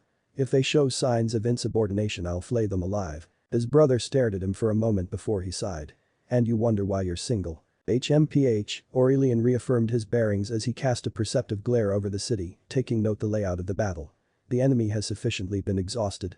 They are ripe for picking. If you say so. Aurelian had to resist the urge to drop his head into his hand. It's terrifying how much you are akin to grandfather. Isn't that a good thing? It would be, Aurelian snorted. If you were even half as powerful as he was. I reiterate, if you say so. Aurelius shrugged his shoulders before sweeping a board across the horizon. Say, isn't that Surzich's newest slave over there? Where? Aurelian's head perking up immediately. Over there, his twin pointed. By all that smoke and blackened ground. Is that him? Aurelian whispered as he rubbed his jaw. I don't really remember what the pictures of him looked like. No, that's him. How can you be sure? His hair, Aurelius answered. I've never seen such a strange coloration as hair color. Perhaps we could capture and breed him. Whatever for. His brother shrugged. We have so few Orientals in our populace. A few exotic beauties could do well to decorate the palaces we'll build. You're incorrigible. Oh look, I think he's spotted us. Yes, big surprise. Aurelian rolled his eyes. It's a wonder that he found us, what with a rambunctious band of merry murderers behind us. Oh do hush, Aurelian. There's no need to get snippy because Surziches did not come out to play himself. I'm sure we can set aside a play date at a later time. I'm going to murder you, Aurelius. Aurelius chuckled. Father couldn't do it, what makes you think you can? Father didn't know where you keep your stash of liquor. Aurelian quipped. You wouldn't. Aurelia's eyes narrowed to slits. Try me, he smiled viciously. As Aurelius opened his mouth to respond, both brothers stiffened at the sound of a muffled buzz. Wind fraying the very lengths of orange hair they were discussing, Aurelius and Aurelian gazed upon the youth that abruptly appeared with a strong caution. The evening, the young man intoned. They blinked and looked at each other. So the monkey knows manners then, Aurelian whispered to his brother. Would seem so. Aurelius responded before responding to Surzich's slave. A good evening to you as well, young man. Aurelius gave a courteous bow. Allow me to introduce myself, Aurelius Belphegor. Oh, and this Loud is my brother. I am no Loud. Aurelian heatedly responded. I am Aurelian Belphegor. Rightful heir to the first sin of sloth. The Belphegor twins, huh? You know of us, then? Aurelius looked quite pleased for one reason or another. It seems that Surziches has given you a proper education as well as taught you manners. I hope you thanked your master, monkey. Aurelian haughtily answered. The youth's eyes sharpened, but his words remained even and, dare he say it, almost bored. Not really, no. Graphia mentioned you too in passing. Oh now you've gone and done it. Aurelius groaned as he pinched his nose. Aurelian began to nearly froth at the mouth as he quivered in absolute rage. Graphia. Graphia Lucifuge. That treacherous harlot. I look forward to the day when I will witness Surzich's face as I break his wife before his eyes over and over again. Lost in his deranged anger, Aurelian completely missed the darkened glower over the young devil's face, as well as the subtle shift of power in the air. His brother on the other hand, did not. Ignore my brother, Aurelius said with a serious edge, before returning to his more flippant speech. He's just jealous that Graphia managed to sink her teeth into Surzich's before he could. And yes. I mean that in the most literal of ways. When this is all over, expect retribution, brother. Aurelian venomously spat. Aurelian simply shrugged and gave Ichigo a pleasant smile. Now, what can we do for you, my young friend? The strangely hair-colored youth raised an eyebrow before he twirled his long blade. Oh? Aurelius raised a brow of his own. Do not think it will be easy, boy. You are powerful, I will give you that, but then so are we, for that matter. Not to mention there are two of us, well there is one of you. Arrogant little brat, Aurelian scoffed as he flicked his wrist and summoned his spear. We are veterans of many a war. You will fall easy to us. I tell you to run, Aurelius sighed as he brought forth his own armament, a glaive. But we have to kill you on principle. No hard feelings, it's just business. They both tensed as the youth reached into his pocket. As he withdrew his hand, he showed them a small black cube held between his thumb and forefinger. He crushed it and it burst into a fine purple light that devoured them. What on, brother? As he lowered his hand away from his eyes, Aurelian looked about, only to be thoroughly stunned. Dark violet skies layered with thick heavy clouds of black and two celestial bodies shining with ethereal silver radiance. The underworld, they were back home.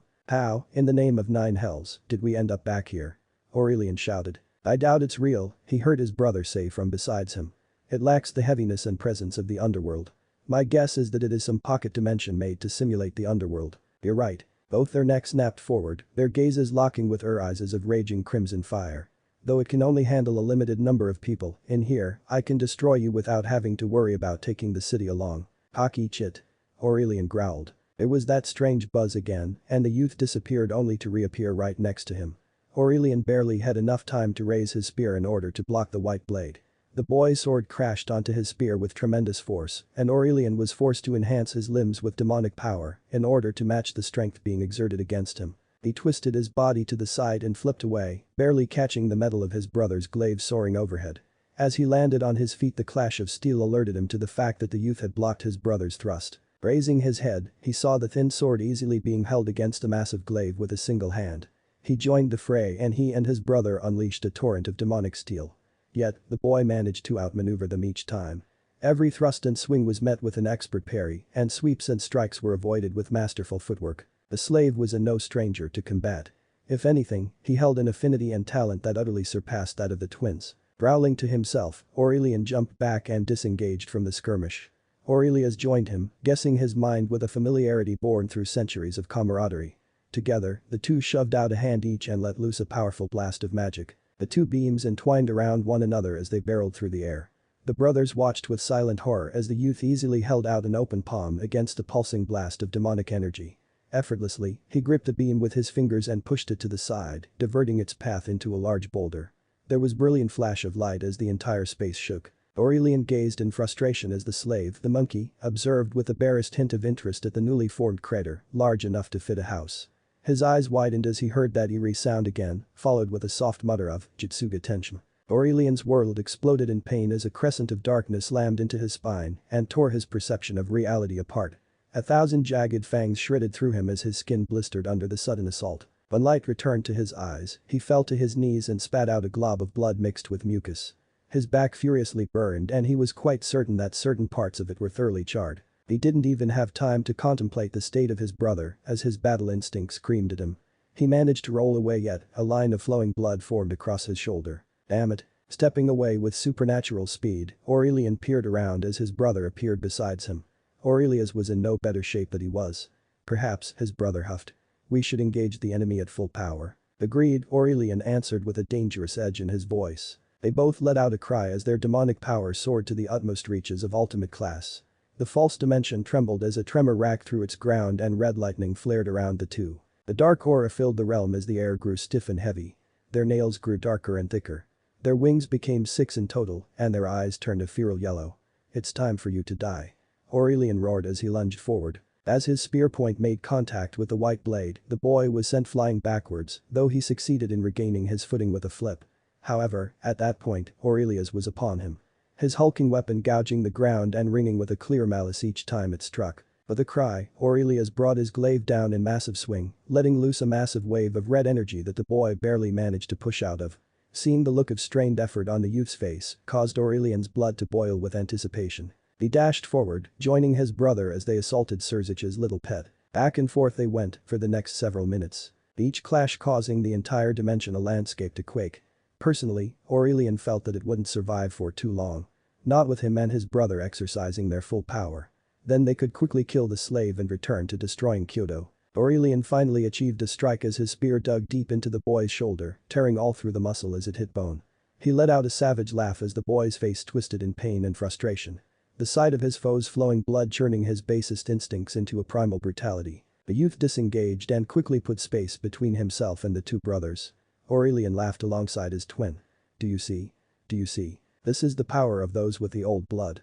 Reincarnated trash-like can never match us. The smile dimmed from Aurelian's face as he witnessed the boy give a snort of disbelief. TCH, Aurelian prepared to hurl his spear at the slave, but something caught his eye and gave him pause. The wound he had dealt began to hiss as steam arose from the pouring blood. Impossible, Aurelius whispered in shock. Both brothers watched incredulously as the injury rapidly healed itself. Agape, the brothers were entirely off guard as the boy's power erupted well beyond even their combined might, and his finger abruptly pointed at them. Zero. Arms folded behind his back, Surziches watched coldly as Grafia and Sanji viciously tore apart the remnants of the old Satan faction's army. As soon as he had felt the spatial cube he had given Ichigo activate, he had immediately departed from the underworld to Kyoto. Much to the vexation of his mother, who was in the middle of attempting to buy his support for Ria's marriage to the Phoenix whelp. As if there was any chance of that happening. Upon their arrival, instead of the ancient city, the three of them had been greeted by the sight of a space-time distortion haze. Surziches would shamelessly admit that in a moment of supreme irritation, he had drawn upon more power than allowed within the human realm and utterly shattered the barrier. It had already been considerably weakened, so it crumbled with ease. "We are most grateful for your assistance, Surziches-sama." The form of Karasu Tengu landed in front of him. He briefly allowed his eyes to flicker over the wounds the Imkai carried before returning his eyes to his wife and knight. The two of them were making short work of the insurgents. "What is the current situation?" he commanded. If the Imkai showed surprise at being ordered by someone other than his princess, then he hid it well. "The invaders have been pushed back for the most part, and while our forces have taken considerable casualties, it is nothing that we cannot recover from." "Very well," Surziches said without moving. "You should return to Yasaka Haim's side. I would like to request an audience with her when this is all said and done." "As you wish, Surziches-sama." He flew away with a slight bow. Several moments passed where the skies began to become entirely devoid of any deviance. Grafia and Sanji tracking down any stragglers at this point. As his eyes swept over the city, he took note of where the infrastructure damage was heaviest. His mindset of being a military commander as well as a statesman processing dozens of thoughts. Yasaka would need aid in rebuilding and making sure that Kyoto would not look weak to the international community. He knew of her alliance with Indra and the Jade Emperor, but relying on those two was a risky venture. Indra was a greedy pig who'd take every advantage to subjugate Japan under his authority, and the Jade Emperor was barely any better. China and India had long sought to bring all of Asia under their thumb. Still, this presented many an opportunity. But the Madarasu's interest in Ichigo, he'd be able to push to gain a foothold in Yasaka's court via his youngest pawn. It would be a great benefit for the underworld to finally have a strong perch in Asia. That and he could keep a better eye on Ria's. He let out a tired sigh. She was becoming more and more of a handful with every passing day. After several seconds passed, Surziches said. "And what is the actual situation?" From behind him, the shadows twisted to reveal a kneeling figure. One of his many spies. "My prince," the spy stated. The Imkai were taken completely by surprise. "It seems the traitor amongst them is still leaking sensitive information. Do you have any inkling as to whom?" He raised a brow into the empty air in front of him. "Despite my best efforts, no my lord." "Very well. Continue with your report." "As you command." Directly following the appearance of the enemy, the Lady Yasaka strengthened the palace wards and called for an immediate evacuation. Their soldiers were far too preoccupied with helping the civilians to effectively hold back the enemy. A quarter of the city was lost within the first 10 minutes. "Oh?" Surziches turned around with an interested look. "That's actually quite remarkable. It's a wonder that Kyoto hadn't been conquered by the time of my arrival." "Indeed, my lord." Lord Ichigo had taken to the front lines and slaughtered off hundreds of the insurgents. If not for him, the Imkai capital would have been lost with the palace under siege. "So Ichigo saved the day, eh?" Surziches chuckled. "Really now I do believe he's earned himself a promotion to mid-class with this." He chuckled more heartedly. "The elders will throw such uproar over it. A devil for less than 2 months and already gaining a promotion. This will be such fun." Quite used to the eccentricities of his master, the spy said nothing and waited patiently as the Lord Lucifer fell into mad giggles. Surziches began to mutter to himself. "I should get Sera's help. If I do this right, I can turn this whole sordid affair into an Academy Award-winning movie. Now if only Ichigo would hurry along." "Ah," he turned back around to his spy. "Who is Ichigo fighting, by the way?" "Using the spatial cube means whoever it was, is ultimate class at least. The Belphegor twins, my prince." Surziches blinked in surprise. "Aurelia's an Aurelian?" His expression turned entirely bemused. Well. I do hope Ichigo doesn't kill them. I've been daydreaming about doing it myself for decades." There was a sudden flash in the sky and Surziches turned around. "Ah, there he is. Oh no, he's by himself. They must be dead. Ah well, off with you now, back to your spying." "Yes, my lord." Surziches turned around and began to float into the air in the direction of Ichigo. He felt Grafia and Sanji were also heading for the young devil. "Let's see how you did, Ichigo-kun." Another massive shockwave shook the false underworld and both brothers were spewed from a plume of fire and smoke and onto the ground with a dull thud. Writhing in pain, the heavily damaged twin devils barely managed to stand as the young devil casually strode towards them. Brother used the sword. Aurelia's coughed through ash and blood. His brother was right. His only choice was to use the demonic blade stolen from one of Kyoto's temple. The sword of conquest. It was a weapon strong enough to give him the power needed to end the slave's life. Together they stood and Aurelian began to twist the fabric of space, bringing forth a blade he had hidden in his storage space. It came out in an eldritch glow of dark violet, radiating a bloodthirst and violence that would do a primordial demon from the deepest pits of hell proud. A long and sleek blade whose origins and methods of forging were unknown. A bleeding corrosive aura, the sheer density of its malevolence, burned away at his fresh wounds and racked his body with new pain. He grabbed the hilt, fashioned from some creature's bone that curved over a purple orb that gave off an ominous glow. The instant his fingers wrapped around the grip, tendrils from the blade erupted and dug into his arm. He bit the inside of his cheek as pain volleyed through his arm as the sword's shoots entwined themselves along his bones and into his nerves. The glow from the pommel flared and immediately he heard the cursed weapon begin to whisper things into his mind. Dark temptations, promises of power and enthrallments of kingdoms. He pushed back, unwilling to give in to the blade, but instead, drew forth its demonic presence. As his power grew and the awareness of impending victory grew, the atmosphere of the facade of the underworld grew a stifling hot. No, hot was an understatement. It was near scalding, the temperature. His eyes flickered from his unsure brother to the suddenly wildly pulsating sword. Darkness unlike anything he has ever felt began to fill his soul. A dread he had only associated with his grandfather and other devils of Lucifer's age spilled across the artificial expanse. "My wrath, you will not escape this time." Aurelian began to quiver as his grip sweated over the sword in his hand. The same sword that was frantically screaming at him to flee. His jaw had clenched with such force that he had bitten a small bit of his tongue off. He looked up, eyes bulging from his sockets, as an invisible force gripped his heart and squeezed. The youth was gone, his brother was gone, the false underworld was gone. All that was left was a massive inferno that seemed endless and eternal. The sky was fire, the ground was fire, and the very air was fire. Ooh. He could feel himself melting away in the all-consuming flame. That which is wrapped in chain must remain wrapped in chain. The nerves and legs were savagely ripped apart as a bladed chain impaled him through his knees. He fell or did remain standing. Was he even standing to begin with? His mind slowly went blank as a rattle slowly draped around his throat. And that which is bound in servitude must remain bound in servitude. Dozens of more chains jangled overhead, though they did not touch him. At least, he didn't think they touched him. Wait, who was he again? Somewhere, in the shattered remnants of his mind, he made out the furious roaring and snarling of a dragon. He could discern that the clamor was close by too. Welcome home, Smunga. Author's note.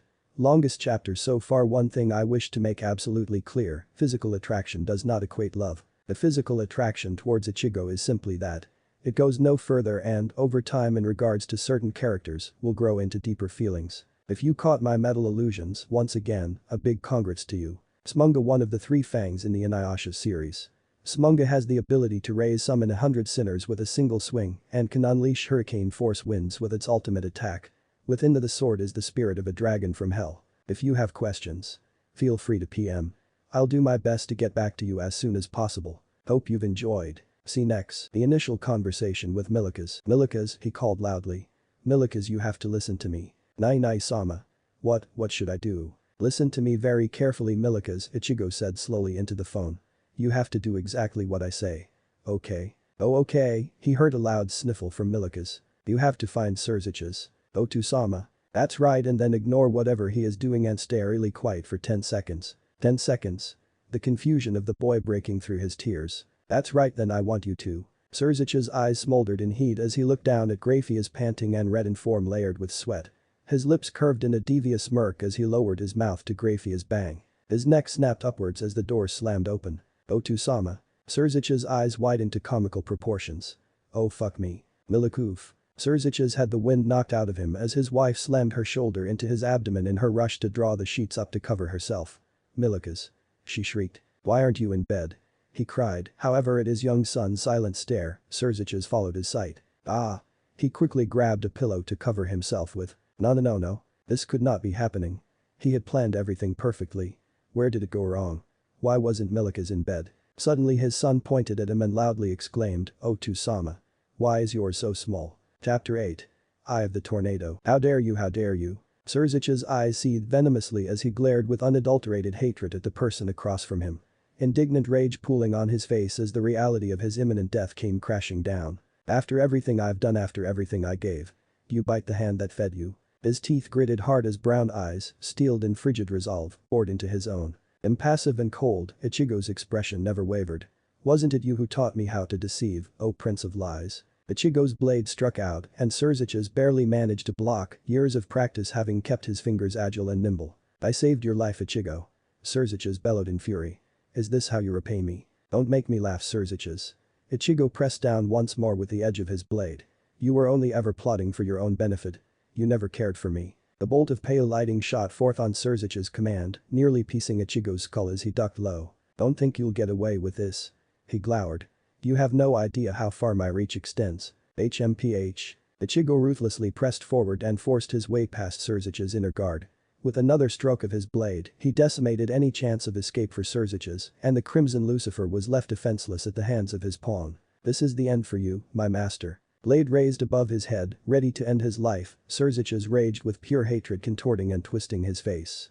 "Ichigo." The blade flashed, ending the life of the Crimson Lucifer. Rafia sighed. It was finally over, she realized as Ichigo brought his hands down. The deed was finally done and she could move on.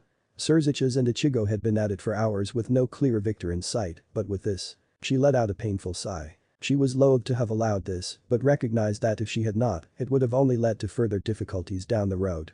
She could only pray that Ichigo's victory wouldn't destabilize all the effort she had put through to get her many projects done. Her husband's demise would lead to a sour mood in the halls of the palace for many a day. Her gaze swept the room, taking in the emotion of each individual. Ichigo's eyes set with grim satisfaction. Milika's in wavering disbelief. Surzich's lifeless and empty. A small flash of white light illuminated the room, quickly followed by a definite pronouncement. "Winner." "Ah." Surzich's threw the controller down in a childish fit of anger as he stood. "I was so close. That super ultra legendary rare item was practically mine." Ichigo fiddled with the joystick in his hands. "In your dreams," he snorted. "Even in a million years you won't be able to beat me." "Nai-sama, that was so cool." Grafia resisted the urge to drop her head into her hands as a certain young red-haired boy jumped up and down in sheer excitement. "You're so strong." Milikas continued. "Of course," Ichigo dryly intoned. "Compared to this guy anybody would be." Milikas, Surzich's nervously laughed as he reached out towards their son. "Otu-sama was cool too, right?" Tilting his head and putting a finger to his lips, Milikas caused Grafia to sigh as he fully put all consideration into his father's ridiculous question. Milikas smiled angelically into the face of her husband as the young boy attacked with the full brunt force of childish innocence. "Otu-sama is really weak." Ichigo Nai-sama dominated the whole fight. Surzich's made a choking sound as he lifelessly slid to the floor in utter defeat. Hey. Ichigo chucked the controller from his hand, causing the piece of plastic to bounce off Surzich's head. "Save a little face in front of your kid, will you?" Grafia sighed once more as Surzich's mumbled something incoherently into the floor and Milikas walked over and began to prod his unresponsive form with a finger. She rolled her eyes as she watched the three in their antics, though a small smile flitted across her face, unknown to anyone save herself. "My boys." She straightened herself and placed her mask of severity back in place. "If we're quite done here," she trailed off, getting the three to quiet down as she arrested their attention. "It's time for us to depart, Ichigo-kun. The exams start soon." "Right." Ichigo stood up from the floor and walked over. Making a miraculous recovery from his bout of depression, Surzich's sprang up and dusted himself off. "Well then, good luck, Ichigo-kun. Remember, these exams should be a breeze for someone of your level. So if you fail, expect ridicule and mockery for centuries to come." Ichigo gave a dry stare. "Your confidence in me is astounding. Good luck, Nai-sama." As Ichigo offered Milikas a small wave, Grafia reached over to him and began straightening his clothes. "Really now? You're a complete mess." Ichigo gently brushed her hands away, resulting in Grafia sending him a hard look. There was a moment where a tinge of admiration and annoyance mixed in her as Ichigo held her gaze. Keeping up his dry tone, Ichigo said, "I'm taking an exam, not going to a job interview." Grafia pursed her lips as she placed a hand on her hip. Ichigo crossed his arms and held his ground patiently. Neither side willing to relent in their assertion. Eventually, Grafia sighed and turned on her heel. "So be it, we're going to be late at this rate." Grafia walked away shaking her head. That child could be so stubborn at times. There were moments where Ichigo could prove to be even more frustrating than her husband was. The saving grace being that he managed to hold a certain measure of decorum during the struggle of wills between the two of them. From behind her, she heard the light teasing tone of her young charge. "See? Was that so hard?" Though hard and cold, Grafia fought the twitching at the edges of her lips. "Don't push your luck, brat." Ichigo chuckled lightly as he came beside her, and the pawn and queen proceeded to leave the palace ground and head into the city together. Neither of them catching their king's astonished mumble from behind them. "Ichigo-kun, you magnificent bastard, you actually managed to win against her." Ichigo cast an easy glance around the room as dozens upon dozens of low-class devils awaited, alongside him, for the exams to begin. Graphian had led him into the city of New Lilith, the capital of the Satan-controlled portion of the underworld. Deep within the massive spires of winding skyscrapers and twisting edifices resided the building that harbored the mid-class promotion exam. For over a month, ever since he had returned from Kyoto, Ichigo had been preparing for the exams. Graphian had endlessly hounded him by forcing him into long and arduous study sessions. The exam itself was split into 3 separate portions, as she had explained it to him. The first portion of the exam consisted of what was essentially a detailed expository essay on the ambitions and obligations expected of a mid-class devil. Easy and straightforward enough, Surzicha said that bullshitting his way through it would be the simplest and easiest way to pass. The second portion consisted of a multiple-choice exam spanning the millennia of the Devil's Society and history. The portion which he truly had to put effort into in order to pass. Grafia had been ruthless in regards to preparing him for that particular section of the assessment. The final bit, the effortless portion, would be a one-on-one battle with another examinee. Surzichas had laughed enthusiastically when he gleefully exclaimed that not a single mid-class devil could compare to him in terms of battle prowess. For that matter, not a single high-class devil could either. Ichigo was firmly entrenched within the highest echelons of the underworld in terms of power and strength. The constant murmur came to a halt as the doors parted and the examiners poured into the room and stood at the front of the assembly. "Alright, listen up." One of the examiners barked. "All of you were given a sticker with a number on it before you entered the building premises. As you can see, each door around you also has a number. Please enter the corresponding door now." Ichigo quickly strode over to the door that matched his number. There were several desks lined in rows along with more examiners within the room. A whole 10 minutes passed with more and more people coming in from behind him. Finally, the doors were shut. "As I call your name, please take the seat indicated." The female examiner began to list off names and Ichigo tuned him out and ran through several important dates and events that he had crammed into his skull in the last month or so. As soon as he heard his name called, however, he perked up. Ichigo, pawn of HRRK. The examiner choked as her eyes went wide, garnering the attention everyone within the room. As she paled considerably, Ichigo had to suppress his amusement from showing at the blatant incredulity written on her face. Of Surzicha's Lucifer. There was an eruption of whispers in the hall as the examiner's jaws dropped one by one.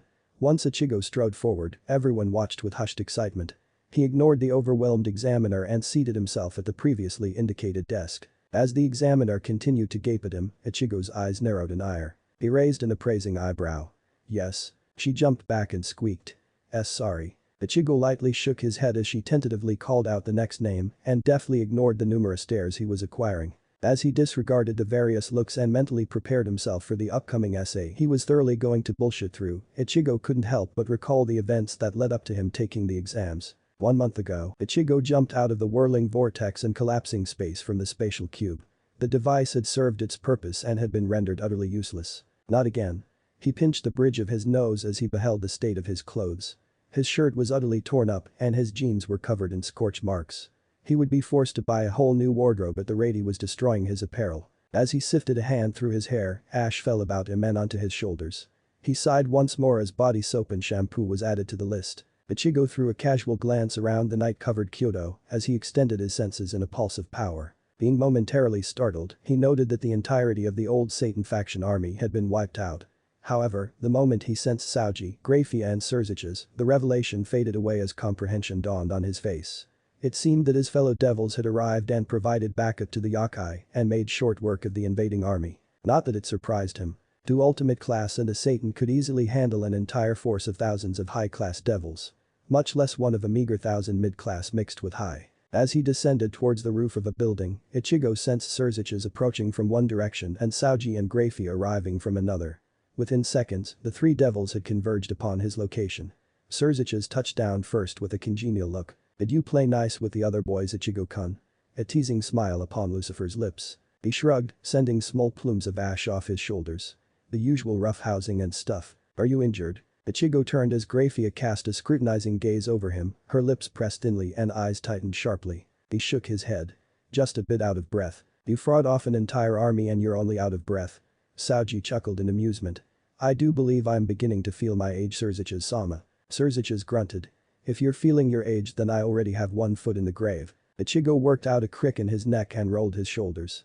His body somewhat sore and tense with the sudden withdrawal of demonic power. "Oh?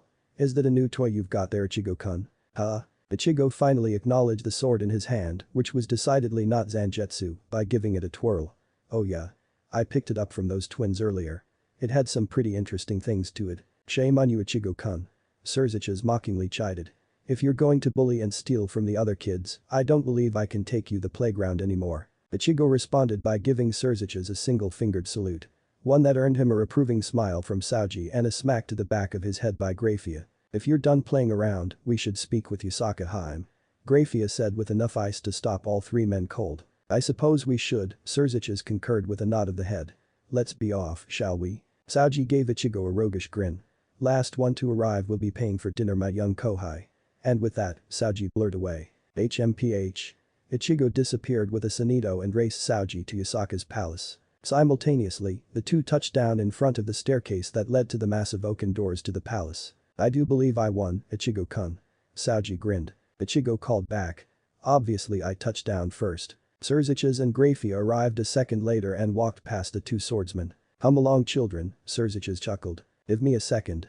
Ichigo said. All three devils turned towards Ichigo with an inquisitive glance as his power began to swell around him. Ichigo quickly grabbed hold of the swirling vestiges of power and reined them deep within himself. Even though the battle had ended, he no longer called upon his power, he knew that the heavy presence of hell clung to him.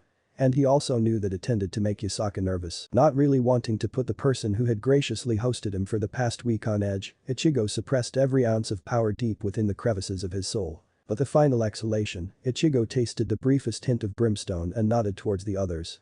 They resumed their walk, and an attendant quickly met them at the gates, ushering them inside and guiding them to where Yusaka was currently located. Ensuing down now familiar halls, Ichigo turned to look at Surziches as he proceeded to lay questions on the progression of the battle.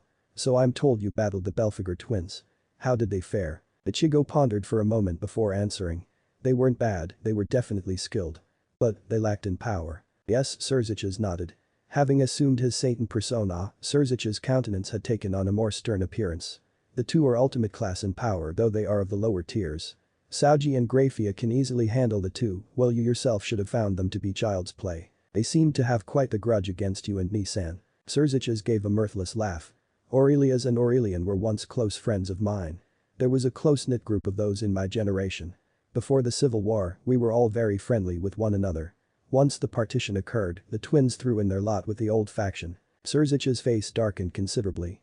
The twins would eventually lead an ambush that resulted in the deaths of my uncle and his two young daughters, my cousins.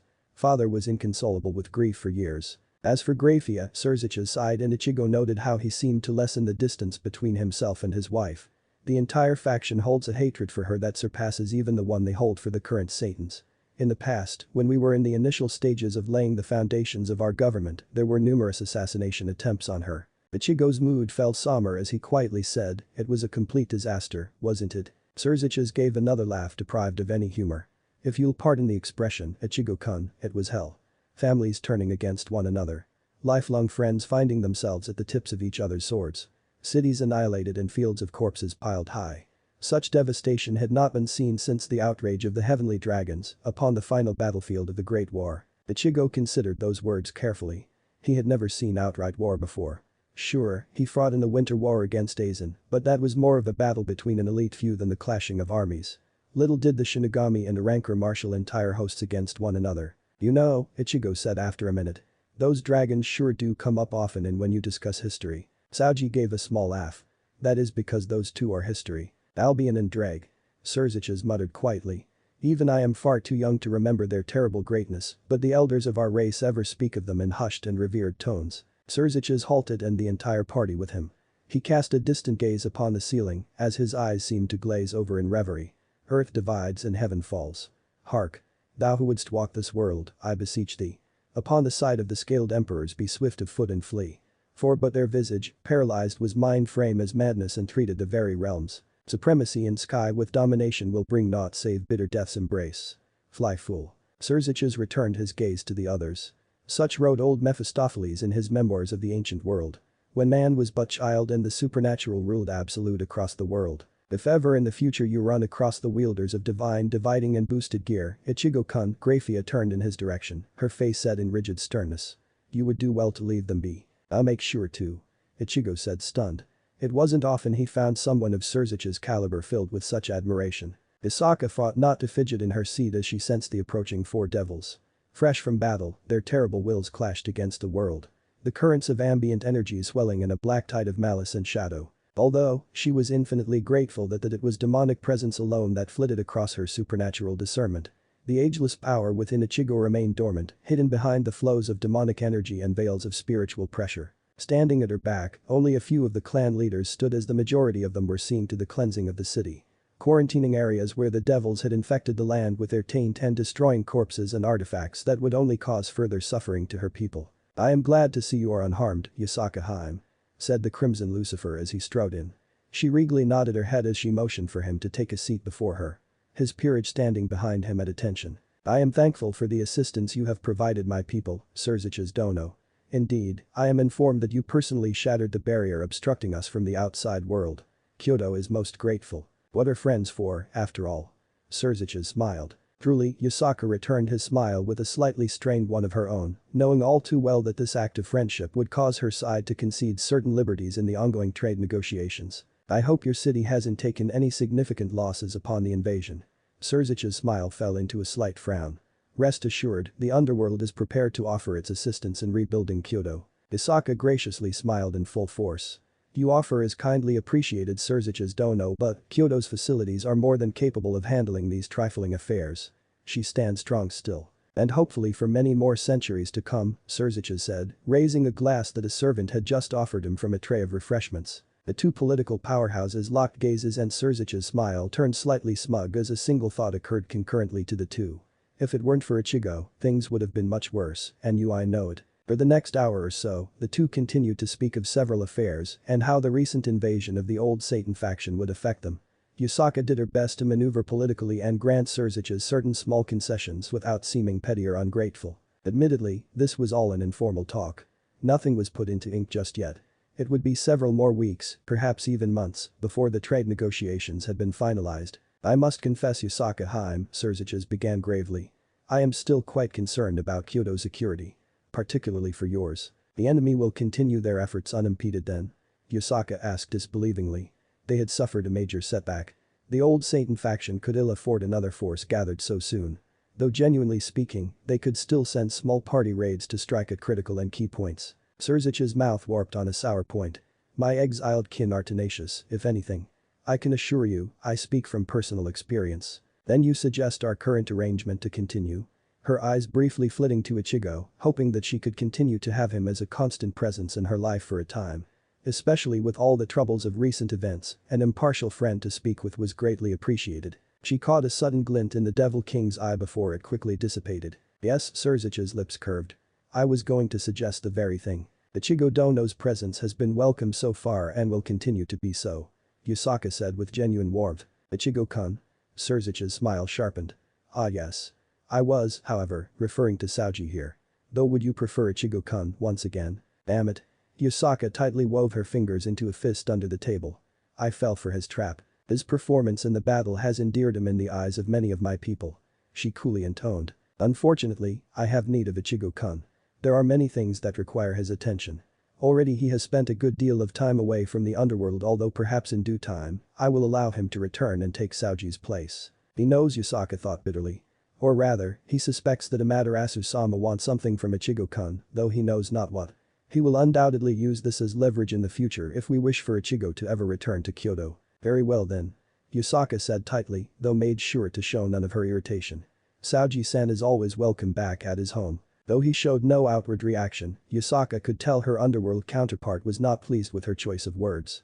Devils were notorious on how possessively they coveted their reincarnated servants. "Still, this monster before me is underestimating the situation quite magnificently. He believes that I will approach this V for Ichigo-kun as a politician." Isaka's eyes shone with a mischievous light incumbent upon all kitsune. Little did Surzicha's Lucifer suspect that Yasaka would approach Ichigo, not as a political figure, but as his wife. Ichigo struggled to stifle a yawn behind his hand.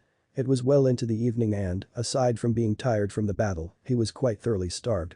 For the first time since being reincarnated, he was feeling the negative aspects of being someone's technical servant. While Yasaka and Surzicha had played their mind games with one another, and yes, he had noticed, Grafia, Sanji and he were left standing for well over 2 hours. He walked down the halls of Yasaka's palace with his fellow devils. He was somewhat disappointed that he was leaving and returning to the underworld. Being back home in Japan for an extended stay had felt nice after a 2-month-plus stint in the underworld. Oh well, the cumbersome burdens of having a job. I'm quite proud of you, Ichigo-kun. Surzich's voice breaking him away from his thoughts. You've handled yourself rather admirably. Oh, he swept an awkward hand through his hair. It wasn't much. Wasn't much, he says. Sanji jovially hummed. He fights off hundreds of enemies and protects a princess in a castle. Really now, my young friend, you are less a devil and more the hero in this romance. Surzich's laughed loudly as even Grafia cracked a rare smile. Sanji speaks the truth, Surzich's said, a pleased gleam shining in his eyes. Your accolades are both of diplomacy and of war. You defended a potential ally from invasion, helped solidify said potential ally's gratitude, as well as dealt our enemies a crushing defeat by killing 2 of their commanders. Your deeds merit reward. Reward? Ichigo mouthed in surprise. And truthfully, he was. Never before had he been awarded for his efforts in battles. He just simply did as he pleased, never expecting anything more than the results of his labor. Surzich's clasped him on the back with a wide smile. With your actions, I can successfully lobby for you to take the mid-class exams. You mean a promotion? At Surzich's affirmative nod, Ichigo's felt bewilderment travel through him. He was familiar with the system set up due to Grafia's tutelage and was well aware of how difficult it was for a king to have one of the reincarnated pieces applied for a promotion. Wow. You've earned it. In fact, if you pass, I do believe you'll break the current record for holding the shortest time needed to be promoted from low class. You should be proud, Ichigo-kun, Sanji smiled from beside him. It took me a year and dozens of strays hunted before Surzich's Sama had deemed my deeds merited a promotion. Hard work always pays off, Grafia uttered sternly, though he could hear the hint of a smile in her voice. Anyways, Surzich's continued with amusement playing on his lips. If my memory serves me correct, the next exam should occur in little over a month. Grafia, I trust you will prepare our young pawn sufficiently. Grafia sent him a look that plainly read, need you ask? Ichigo silently chortled to himself as he beheld a wordless conversation take place between husband and wife. They are not difficult, Sanji told him as Grafia and Surzich's continued to trade looks. I can assure you that you will find them quite simple. If you say so, Ichigo shrugged. I do. Sanji smiled in return. As all 4 of them continued to walk down the hall and towards the doors, a sudden call halted them. Ani-san. Ichigo managed to turn around just as a miniature golden missile squarely impacted his chest. The wind was rather thoroughly knocked out him as he was pushed back several paces. Kukunu? He labored to huff out. Wavering golden eyes stared up at him as diminutive arms wrapped around his chest tightly. Are you really leaving? Oh no, she wasn't about to cry, was she? If there was one thing Ichigo was weak against, it was a crying kid. Having helped raise Yuzu and Karen, his younger sisters had him wrapped around their little finger when they were still quite small. Ah well, he put a hand to the young girl's back. It's time for me to go back home. Suddenly, the wavering expression turned resolute and her grip tightened. You must promise to visit us in the future. Ichigo's eyes narrowed. This little brat. Hawk spirits were famous for trickery and scams. And he had nearly been pulled in by this 9-year-old kid. It was a good thing she was inexperienced and broke her facade so quickly. And why on earth would I come back? He shot back. Huh? Shock and confusion winding onto her face. Bibaka. We are inviting you to our palace and you dare to refuse us. As expected of common blood. Ignoring the sniggering behind him, Ichigo pinched a soft golden furred ear. Oh. Let go, you orange-haired savage. You, Ichigo drawled as he let go. Are easily the worst princess I have ever met. Eyes watering from pain and holding a soothing hand to her ear, Kunu glared up at him. What would a commoner know of royalty? This again? Ichigo muttered, though, after a moment, his expression softened and he placed a warm hand on Kunu's head. Take care of yourself and don't give too much trouble to your mother. She scoffed but tightened her hold on him regardless. Avoiding his gaze, she softly intoned to him, promised to visit. Yeah, he dismissively sighed as he set her down on the floor. I promise. Kunu? Another familiar voice exclaimed, which led up to another familiar scene. Akasama. All eyes turned toward the opposing end of the corridor and Ichigo's attention was utterly captured by golden tresses and softly flailing tails. Young lady, how many times do I have to tell you not to run off? Akasama. I was just making sure to have Ani-san promise to visit me later. Oh? Ichigo was mildly surprised by the momentary pleased expression that flew across the 9-tailed beauty's delicate features. Her smile turned light and fleeting as she gracefully paced towards them. I didn't expect you to see us off personally, Yasaka Haim, Surzich's came to stand beside him. A happy coincidence, Yasaka answered him, but Ichigo curiously noted that her eyes were kept locked on him. Kunu seemed intent on making mischief well into the night. In that case, we will bid you a good night. Surzicha said with an old-world bow. If there was one thing Ichigo wouldn't miss, it would be the sheer pompousness and airs he was forced to put on whenever Yasaka and Surzuchus shared space. Just a moment, Yasaka's gaze flitted over to Surzuchus before returning to him. I would speak with Ichigo Dono privately. His brows rose into his hairline. Well, what could this be about? Ichigo cast a sideways glance at Surzuchus and, after Surzuchus gave a near indiscernible nod, he walked forward. We'll wait here for you Ichigo-kun, Surzuchus said softly. No need, he called quietly over his shoulder. You guys head back. I can return on my own. His back to him, Ichigo failed to notice the furrowing of Surzuchus' brow and the light frown on his lips. Very well. Thank you, Yasaka said as her gaze went over his shoulder and then back to him with a smile. This way. He made to follow behind her, however, Yasaka changed the length of her stride so that she was moving alongside him. There was a soft rustling between them and they both looked down, their expressions mirroring an amusement. Kunu had softly implanted herself between the two. It was just as he had passed the last week in Kyoto. Shadowing Yasaka as her bodyguard and often interacting with Kunu as a playmate of sorts. So what did you want to speak about? Ichigo cast her a questioning look. She regarded him with a faint smile, never breaking eye contact as she said. Off to bed with you Kunu. Adult things then. But I don't want to, her girlish voice filled with childish impertinence. It is well past your bedtime young lady, Yasaka's stare finally falling from his eyes and onto her small daughter. Akasama Kunu whined as she swayed her shoulders in protest. Yasaka merely raised a single delicate eyebrow in question. Despite being a mother, she was still a ruler and did not take well to disobedience. Hein, Kunu huffed in a heavy pout as her ears fell flat across her hair. Once more, Ichigo placed a hand on Kunu's head and gave her a meaningful stare. Remember what I said. The younger princess fell quite before she demurely nodded her head up and down. Be a good girl then. Okay, Kunu said dejectedly. I'm sorry Akasama, I'll go to sleep now. Isaka's expression softened and she leaned down to touch a tender kiss to Kunu's brow. Good night, darling. Kunu's expression brightened considerably and her overabundant energy seemed to return in her smile. Good night Akasama. Good night Ani-san. Ichigo gave an approving nod and Kunu beamed at him before she bounded down the hall in speeds well beyond any human. Once she was out of sight, Yasaka turned towards him. You would make a good father. She said smoothly. He viewed her with a searching gaze, surprise floating through the forefronts of his thoughts. She didn't look like she was jesting. She seemed utterly genuine, standing under the moonlit hall dressed in white. You think so? The idea of being a good father had never truly crossed his mind. His own father having sufficiently turned away any and all thoughts from that direction in totality.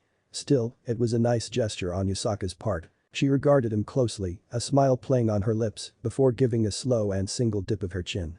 Yes. I do. The sincerity behind her words was quite humbling. Coming from a single mother, those words obviously carried a good deal of weight. Thanks. Her smile didn't so much widen as it deepened. Some imperceptible emotion carrying out from her eyes yet not quite making it to his own, much to his frustration. He peered deeper, trying to understand what wasn't being put into words, but failed despite the gears turning. Then, he abruptly stopped breathing as, for the briefest of moments, Yasaka's image essentially flickered and standing in front of him was the virtual radiance of the sun. He quickly took a step back, causing her to regard him with concern. Ichigo-san? Is everything alright? He passed a hand over his brow. Sorry, a moment of sudden insight I guess. Her faint lips turned downwards in a small frown.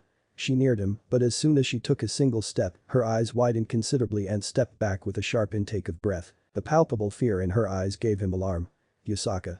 He called hesitantly, worry now layering his voice. Where did you get that? Her voice barely above a quiver. He followed her gaze with a heavily fixed frown. His eyes resting upon the violet spherical pommel of Smunga. This? He asked with a questioning eyebrow. Do you have any idea what that is? She asked with utter trepidation. Yeah, his face drawing in confusion. And apparently so do you. Her eyes swept the sword to his face. Repeatedly. Her own expression beginning to reflect his own. The sword it does not affect you? Not really, no. He shook his head. Here, let me show you. He drew the blade from his waist and she quickly backpedaled. Easy there, he said with a chuckle. Nothing's going to happen. It's just a sword. After a moment, her face turned astonished then incredulous, finally to indignant. It's not just a sword. That is one of 3 fangs. Frowning, Ichigo laid the blade against his shoulder. Not too sure about this fang business, but this isn't exactly what you think it might be. Ichigo-san, Yasaka narrowed her eyes as frustration began to dig in. That sword houses a terrible spirit. I do not know why it is not affecting you, but many Imkai have lost themselves to that heinous weapon. Right, he scratched his chin with a finger. Not sure how to put this, but that spirit is gone. She stood straighter and blinked. Not understanding his words. Gone? she slowly stated. Yeah, Ichigo gave a cautious nod. What do you mean, gone? Well, Ichigo hesitantly began, quite unsure how to explain what happened. The dragon thing inside of this sword didn't agree with being sent home. Isaka gave him a flat stare. Please tell me you did not open a hellgate in my city. Ichigo stared dryly. Give me some credit. I'm not going to do something that stupid. I opened a hellgate in a pocket dimension. Of course, she said wryly. The dragon tried to fight back by attempting to take over my soul. By the fact that you are standing here, relatively sane, I assume it failed. Yusaka folded her arms. Relatively? He responded with a furrowed glare. Yusaka sniffed as she turned her nose up. As if any sane person would willingly listen to that mismatched cacophony you call music. Ichigo scoffed.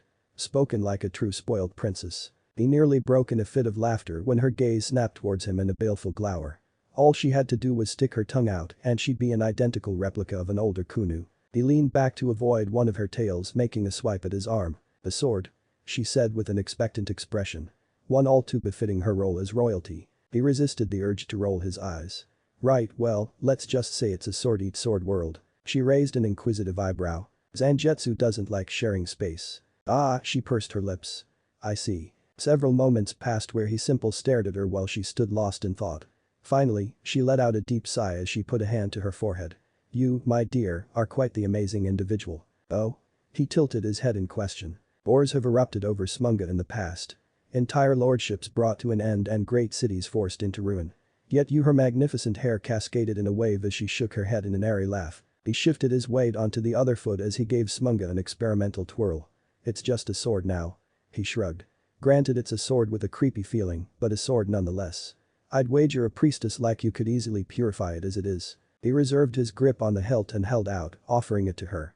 She gave it a hesitant look before slowly reaching out and grasping her fingers around the pommel. For a slight instant, they both stood still. Their hands meeting upon the tainted and bloodthirsty blade's grip.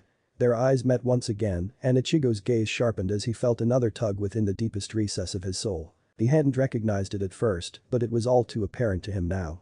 Undoubtedly, the Lady of the Sun was endeavoring to convey some message to him. Urging him to do something. That woman, Ichigo groaned inwardly. I'll have to have another conversation with her. Ichigo's fingers steadily slipped from the blade and away from Yusaka's touch. Another affecting moment passed before Yusaka pulled back. Her eyes dropped to the blade as she held it aloft and placed 2 fingers at the tip of the edge.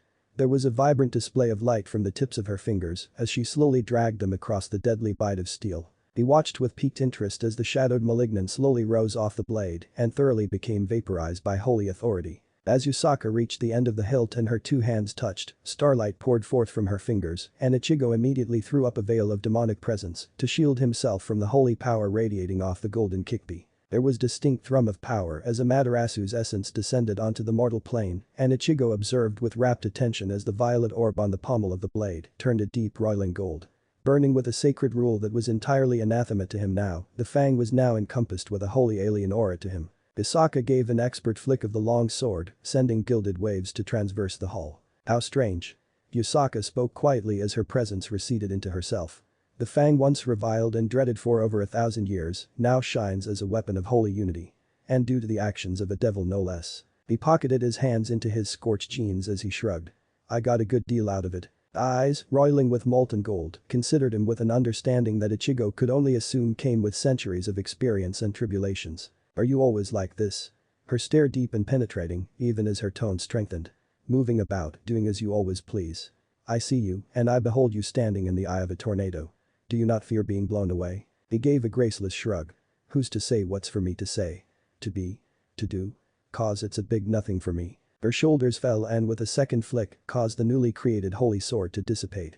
I truly envy you, Ichigo. Isaka kept her gaze on the floor as they moved silently.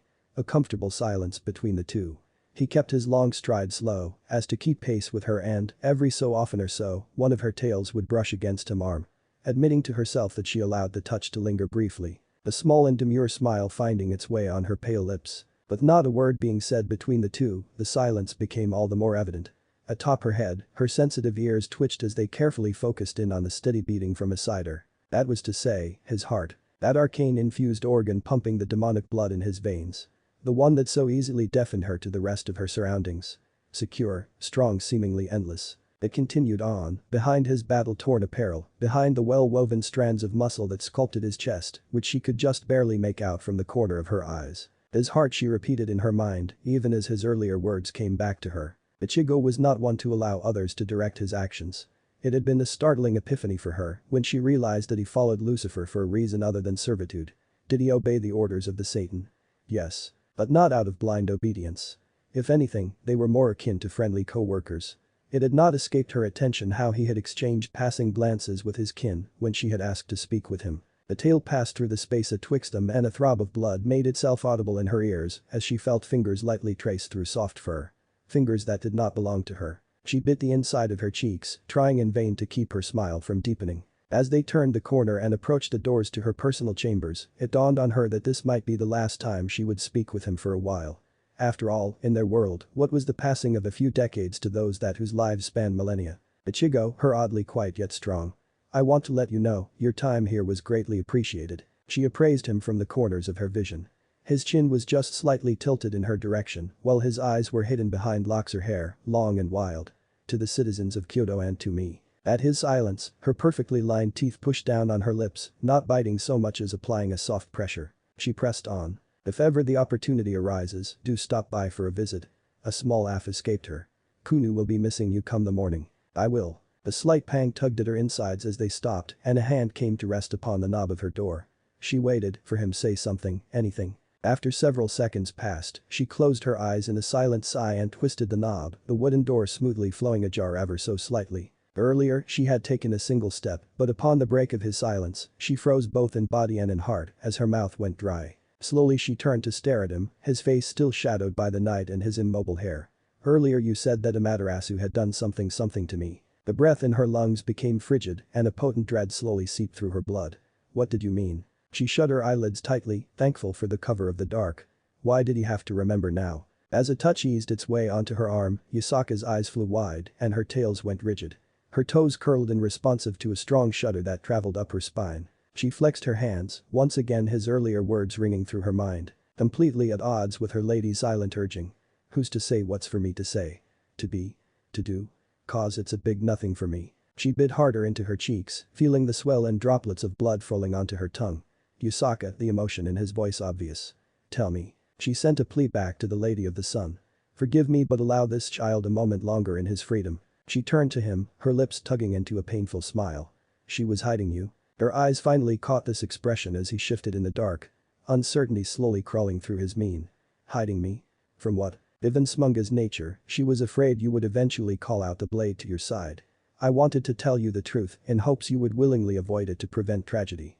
A moot point given how you effortlessly handled the ordeal. Ichigo blinked, further churning his face in befuddlement. She knew that the attack was going to happen. Isaka shook her head softly. No. But at times, the paths of the future are made visible to her and she saw a possibility of Smunga's release. The lie slipping smoothly over her tongue. He seemed to falter, as if he could tell that there was something hidden behind her veneer of sincerity. It's for your own good. Several moments passed where she witnessed the struggle in his eyes.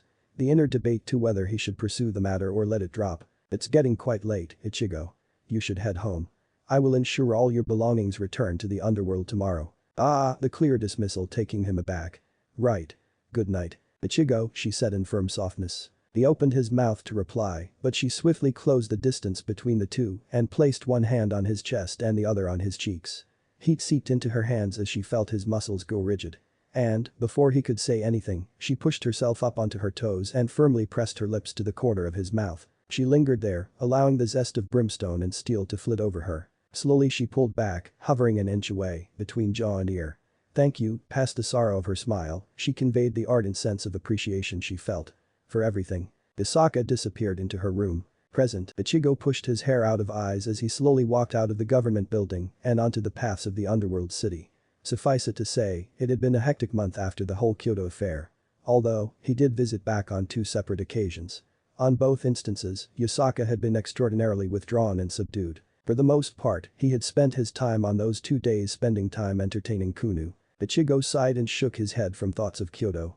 He once more pushed back disheveled bangs and turned to cast a glance down the bustling city streets. Thousands upon thousands of devils, not belonging to the 72 pillars and the nobility, went about their business and daily lives. Ichigo turned around and craning his neck upwards as he followed the building he had scarcely exited climbed sky high. The exams had gone as easily as predicted. That wasn't to say that they weren't difficult per se, simply that Ichigo had a massive advantage over all the other examinees. First and foremost, he had the ferocious tutelage of Graphia to ensure his passing. He also had power that dwarfed the remaining examinees combined. Moreover, the cherry on top was that he was Surzich's pawn, ergo, preferential treatment. The miracles of bureaucracy. He stretched his shoulders, garnering several looks from pedestrians passing by. He was never one for sitting down for long periods of time. What to do? Graphia hadn't come to pick him up and it just so happened he was feeling rather ravenous. The worst part being was that he had no money. Well, not strictly true. He had money. But somehow he didn't quite think that the noble Japanese yen would be accepted here. The only way to grab any food would be to return home, and the only way to do that was via teleportation. And it was illegal to teleport anywhere to and from the city, aside from specially set up waypoints. And it's not as if he could simply hire a cab to drop him off at Surzich's palace while having the devil being billed for it. The Satan's castle was hundreds of miles away. On that note, he suddenly recalled he was in the capital city. Surzich's may not have a palace here, but he did have the single tallest building on the block to serve as his administrative headquarters. Ichigo once more cast a glance skywards as he tried to find his technical workplace. It was easy enough. All he had to do was find the second most ostentatious-looking building in the skyline.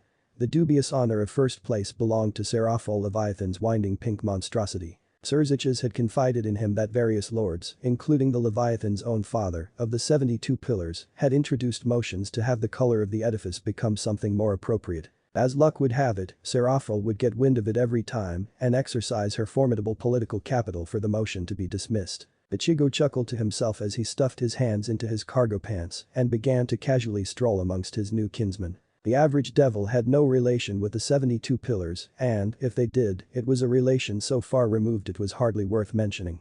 As such, most of these devils carried the minutest of slivers of demonic taint. They were simply a few times stronger than the regular human and lived lives according as such. Ichigo gazed around, never truly having walked amongst the downtown of such a massive city before. Various small stores, restaurants and businesses dotted the skyscrapers on the street level. Well, what do you know? His face illustrated his bemusement. There really is a Starbucks everywhere. He continued on, past several street vendors vying for the attention of the numerous pedestrians. Magazine and newspaper stands. Cart selling hot dogs and Minotaur burgers. Nearly 20 minutes had elapsed since he began his journey through the underworld city upon whence he arrived at the main administrative building for the Ministry of Internal Affairs. The government set up by Surzich's and the other 3 Satans had been constructed in 4 separate divisions, each headed by one of the 4. The Ministry of Internal Affairs, being the chief branch, headed by Surzich's Lucifer, was primarily concerned with keeping the various ongoings of the underworld running smoothly, maintaining the infrastructure of independent cities not under the authority of a noble clan, operating the public sector and various other duties that he would undoubtedly find himself being familiar with in the oncoming years. Then there was the Ministry of Foreign Affairs spearheaded by a usually absent Seraphol Leviathan. So far, the entire department had a rather low efficiency rating in Ichigo's opinion, as, for over a week, he was forced to handle several deals with Kyoto in their place. Still, they were the main reason the devils hadn't had a breakout of war for several centuries now. The ever-mysterious Bureau of Scientific Research and Development was the brainchild of Ijuka Beelzebub. Though Ichigo had yet to meet the man, the laughing face of Kisukirahara had substituted for an image every time Ijuka's name had been brought up. Not a very comforting thought, Ichigo realized. Surzich's himself had admitted to the fact that even he had little to no idea of what his best friend got up to in those enigmatic laboratories. Finally, there was the military marshaled by Falbium Asmodeus. Generally speaking, the military policed the borders of the area of the underworld claimed by the Fallen Angel faction. They also tended to hunt down stray devils that were stupid enough to remain in the underworld and root out insurgent agents of the old Satan faction. Ichigo sighed in relief as he finally arrived at the colossal building that pierced high into the purple skies. As he passed through the winding glass doors, he was immediately accosted by security, forcing him through a rigorous pat-down before he was made to stand in a magic circle to identify his identity. "Sorry about that, Millard," one of the security guards huffed out. "Proper procedure and whatnot, yay?" Ichigo gave a non-committal shrug in response. One elevator ride all the way to the top floor led Ichigo into a massive space with a vaulted ceiling so high that all he could see was an endless darkness. Throughout the colossal space, numerous desks piled high with papers and scrolls laid about with just as many interns and office workers running to and fro. He passed through the maze of bureaucracy and maneuvered between hectic workers in dire need of stress relief. Finally, he arrived at two massive doors with a single plain wooden desk. At that desk, Ichigo raised a curious eyebrow as he was greeted with a sight quite at odds with the rest of the floor. Seated, quite at ease in her actions, a blonde secretary kept her eyes on her nails as she carefully filed them. He took a glance behind him at the scene of complete chaos and then back to the seemingly indifferent secretary. With a mental shrug, he slowly approached the desk. Not even bothering to raise her eyes, the blonde woman remarked in a lazy drawl. "Do you have an appointment?" He blinked once before he cleared his throat. "Well no, but I'm sorry sir," she examined her nails as she blew on them. "But no appointment means no audience." "Yeah, I know but if you'd like, we can schedule you in for an appointment." "What?" "No, I just need tea." "Let's see," she began flipping through a logbook marked with an impressive number of sticky notes. "There's an opening on January 24th 17 years from now. Look, just tell Surziches that Ichi." He was interrupted once more, however, this time by one of the doors swinging open and revealing a certain silver-haired maid. Cool eyes shrewdly swept over the entirety of the floor before zeroing in on him. "Ichigo-kun." She shifted her weight onto one foot while putting a hand to her hip. "What are you doing here? Didn't Beowulf take you home?" Ah, Ichigo was momentarily stunned by his queen's sudden appearance. "Ichigo-kun." Her severe expression turning keen. He shook his head, causing his wild orange strands to stray. "Sorry. No one came to pick me up so I came here instead hoping that I could see Surziches." Here he shot a dirty look towards the secretary who was deftly ignoring the proceedings. "I see." Graphia pursed her lips as her countenance went perfectly neutral. "It seems some words need to be said towards your fellow pawn." "Come," she commanded as she walked past him. "I will take you to this building's waypoint." He followed behind her, noticing how all the various workers gave her a wide breath. "Thanks, I'm kinda in a rush to get back home too." "Oh? Yeah," he nodded quietly. "I'm starving right now. I would have bought something to eat, but I don't have any money on me." "You should always keep your wallet with you when you go out, Ichigo-kun," she chided. "I had my wallet," he shrugged. "I just didn't have any underworld currency. I wasn't too sure whether or not the Japanese yen is accepted here or not." Ichigo nearly walked into her as Graphia froze in her tracks and slowly turned around to fix him with a penetrating glare of frost. What? Frost creeping around her tone.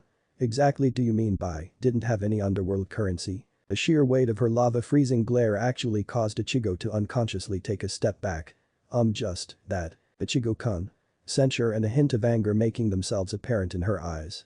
"Are you telling me you've wasted your entire paycheck from the last 3 months away?" Ichigo opened his mouth before letting it close and blinking twice in confusion. "Paycheck? What paycheck?" Graphia's eyes narrowed to fatal steel. "Did not Surziches set you up with a bank account? Did he not deposit a payment on the third Wednesday of every month?" With a slow shake of his head, Ichigo answered. "No, I'm guessing he was supposed to." Graphia shut her eyes tightly. Ichigo, blatantly aware of her fluctuating demonic power, took another step back. After a moment, she turned around and made back for Surzich's office. As Ichigo completed a stride to trail behind, her voice carried back icily. "Stay." "Yes, ma'am," he mumbled. She walked past the lazy secretary and slammed the door behind her with enough force to cause a small tremor to shake the room. The action having garnered everyone's attention and forcing a painful silence on the workforce. Suddenly, Ichigo lost his balance as a violent shockwave, followed by a high-pitched scream flew through the room. That's when it became eerily quiet. Several people exchanged nervous glances. Finally, the door went ajar and Graphia easily slid out. "Change of plans, Ichigo-kun," she informed him. "We are heading over to the bank." As she approached him, Ichigo made use of a simple spell and conjured a handkerchief, even as his heartbeat sped up. He offered it to her and she gave him curious look. He hesitantly put a finger to his cheek, indicating the spot on her face. She dabbed the specified points and pulled her hand away, revealing the cloth specked with splatters of blood. "Ah, thank you." Ichigo stood out in the middle of Surzich's courtyard, standing with the Lucifer himself and Mathers. "Seems you've made quite the progress since we last spoke, my young pupil," the famed occultist spoke. Ichigo shrugged. "Stuff happens." "Indeed it does," Mathers laughed, a pale and sickly smile plastered onto his face. 2 days has passed since he had taken the exam and returned home with Graphia and E. Those 2 days had been uneventful with him spending them away idly in relaxation and light training. Therefore, it was with a small wonderment Ichigo found himself being suddenly summoned by Surziches. Said individual was calmly gazing onto the night sky, streamed with swarming stars and absent of the twin moons and the violet thresholds. "Good, you're here Ichigo-kun." Surziches smiled as he turned around. "So what's this all about?" Ichigo crossed one arm over another. "Mathers here," Surziches indicated with a wave. "Has informed me that you've gained a sufficient control over your powers based on his observations." "You've been observing me?" Ichigo asked with an amused look. Mather's smile curved as he said, "It's difficult to ignore your potent and unique signature, my young friend." Surziches chuckled. "As I was saying, based on your growth and development, I believe it's time for you to gain a familiar." Surziches snapped his fingers, and Ichigo looked down in surprise as a large red circle appeared beneath his feet. Graphia said she already taught you the words, so you should have little to no trouble finding a suitable familiar. Good luck. Before Ichigo could make a single sound of protest, he felt the magic tug at him and whisk him away. Surziches congratulated himself as the image of Ichigo's bewildered face disappeared into the pull of his magic circle. He really does have the most entertaining facial expressions, he mused. Master?" Mather's hesitant voice called out. "Yes." He turned towards his bishop with a pleased smile. "You, heir, do realize that it's the new moon's yes?" Surziches blinked as his smile turned rather forced. Oh dear." Mathers continued.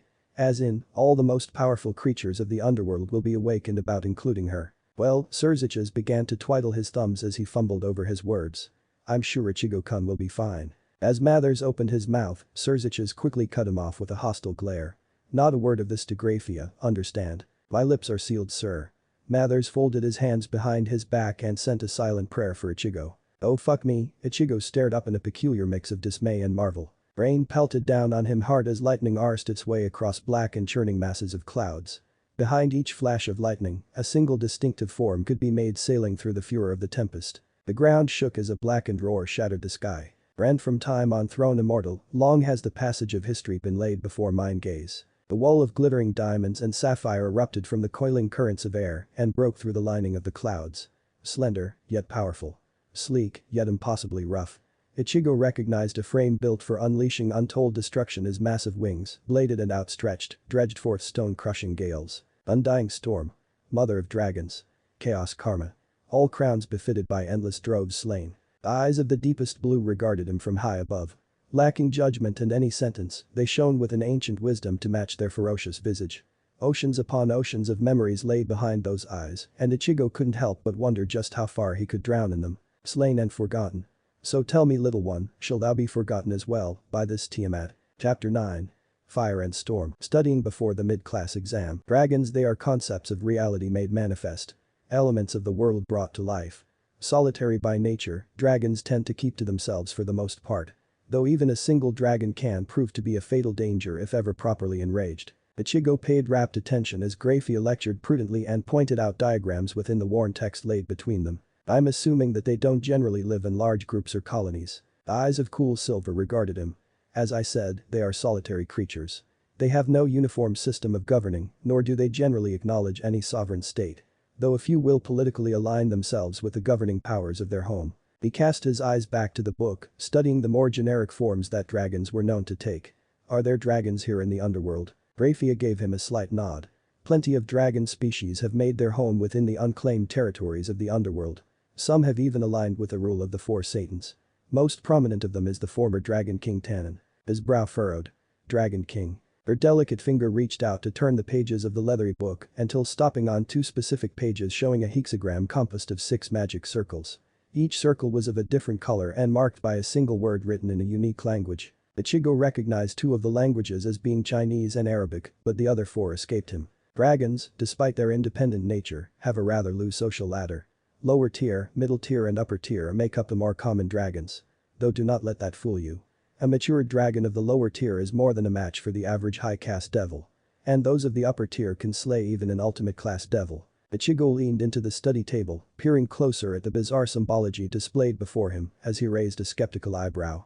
"And I'm guessing these dragon kings are not common dragons." "No," Graphia said as her own eyes fell to the pages.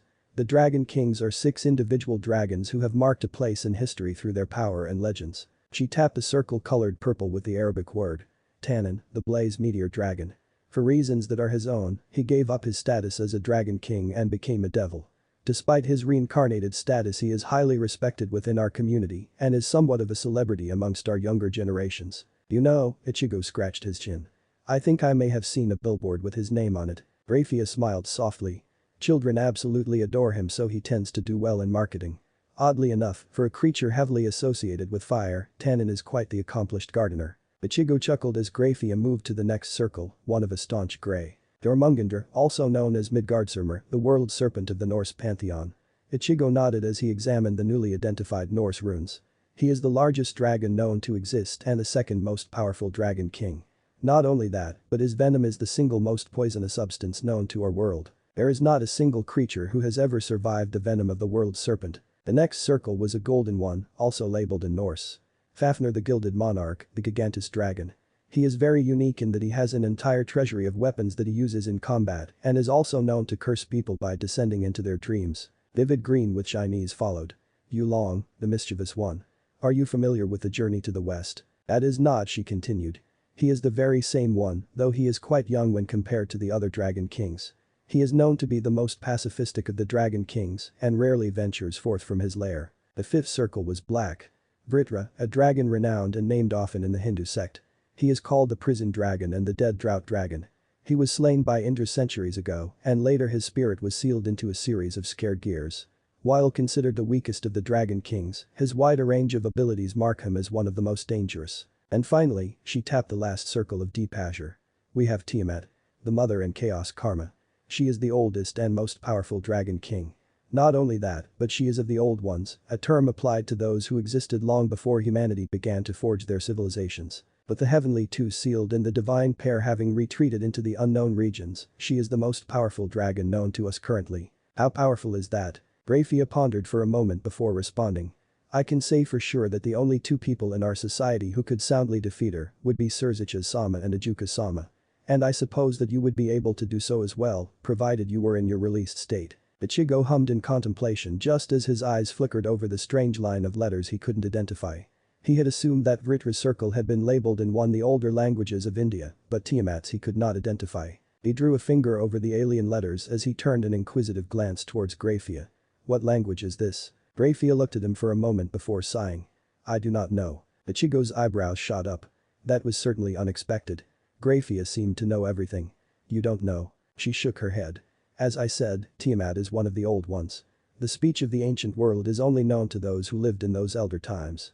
And those who still live today have not deemed it fit to share their knowledge with the rest of us. Still live? Aren't they immortal? How did they die? Many of the old ones were killed off by their own progeny or successors. Grafia said. Ichigo noted how she seemed slightly uncomfortable with the current topic. The titans of Greece were slain by Olympians. The unnamed ones of the White Wastes were defeated and cast down by Odin and his armies. The Dark Masters of Egypt. Grafia trailed off as her eyes drifted to the side. Well, the less said about those abominations the better. Ichigo leaned back in his chair, absorbing all the information. Suddenly, confusion lit his eyebrows. If this language is unknown save for a few, how did it end up in this book? Don't tell me one of these old ones wrote it. Very astute of you, Ichigo-kun, Grafia said with an approving nod. This book was written by Zekrom Bale. He is one of the old ones who chose to side with Lucifer. Wow, Ichigo eyed the book with newfound appreciation and respect. So who are these divine pair? Grafia opened her mouth but said nothing, much to Ichigo's surprise. He saw the gears behind her eyes turn as she labored to find the right words. The divine dragons are Ophis and the Great Red. Great Red? Ichigo tilted his chin in question. An odd name to be sure. We call it the Great Red because it has never chosen to share its name with any other. In fact, there is no record of it ever conversing with someone, let alone choosing to introduce itself. Most call it the Great Red simply because the other option of Apocalypse Dragon is a little daunting. Daunting indeed. Quite frankly, Ichigo was quite comfortable not having any association with something along the lines of the apocalypse. So who are they? The divine dragons are the most powerful beings in existence. Ichigo blinked. When you say most powerful beings in existence. Grafia arched a delicate eyebrow. Ophis could decimate all 4 Satans simultaneously in the span of 5 minutes. Great Red could do the same in the span of 5 seconds. Right, Ichigo was officially terrified of dragons. What are the chances of me running to any of these dragons?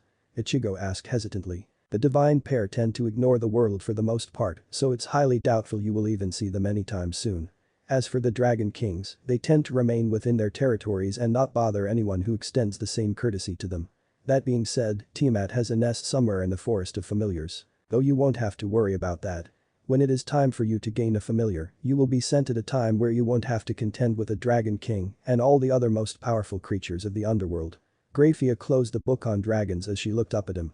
Now, while we are on the subject of familiars. Present, as he widened his base through the mud and foliage littering the forest floor, as the fierce deluge from black clouds soaked him to the bone and impaired his vision, as the steady beat of her wings filled Ichigo's ears with a dull thrum, a single mutter summarized the mindset of one Ichigo Kurosaki. I'm going to murder you Surziches. He didn't have time for any further verbal abuse on behalf of the fallen star because several tons of pure muscle and snarling dragon crashed through the trees to land in front of him.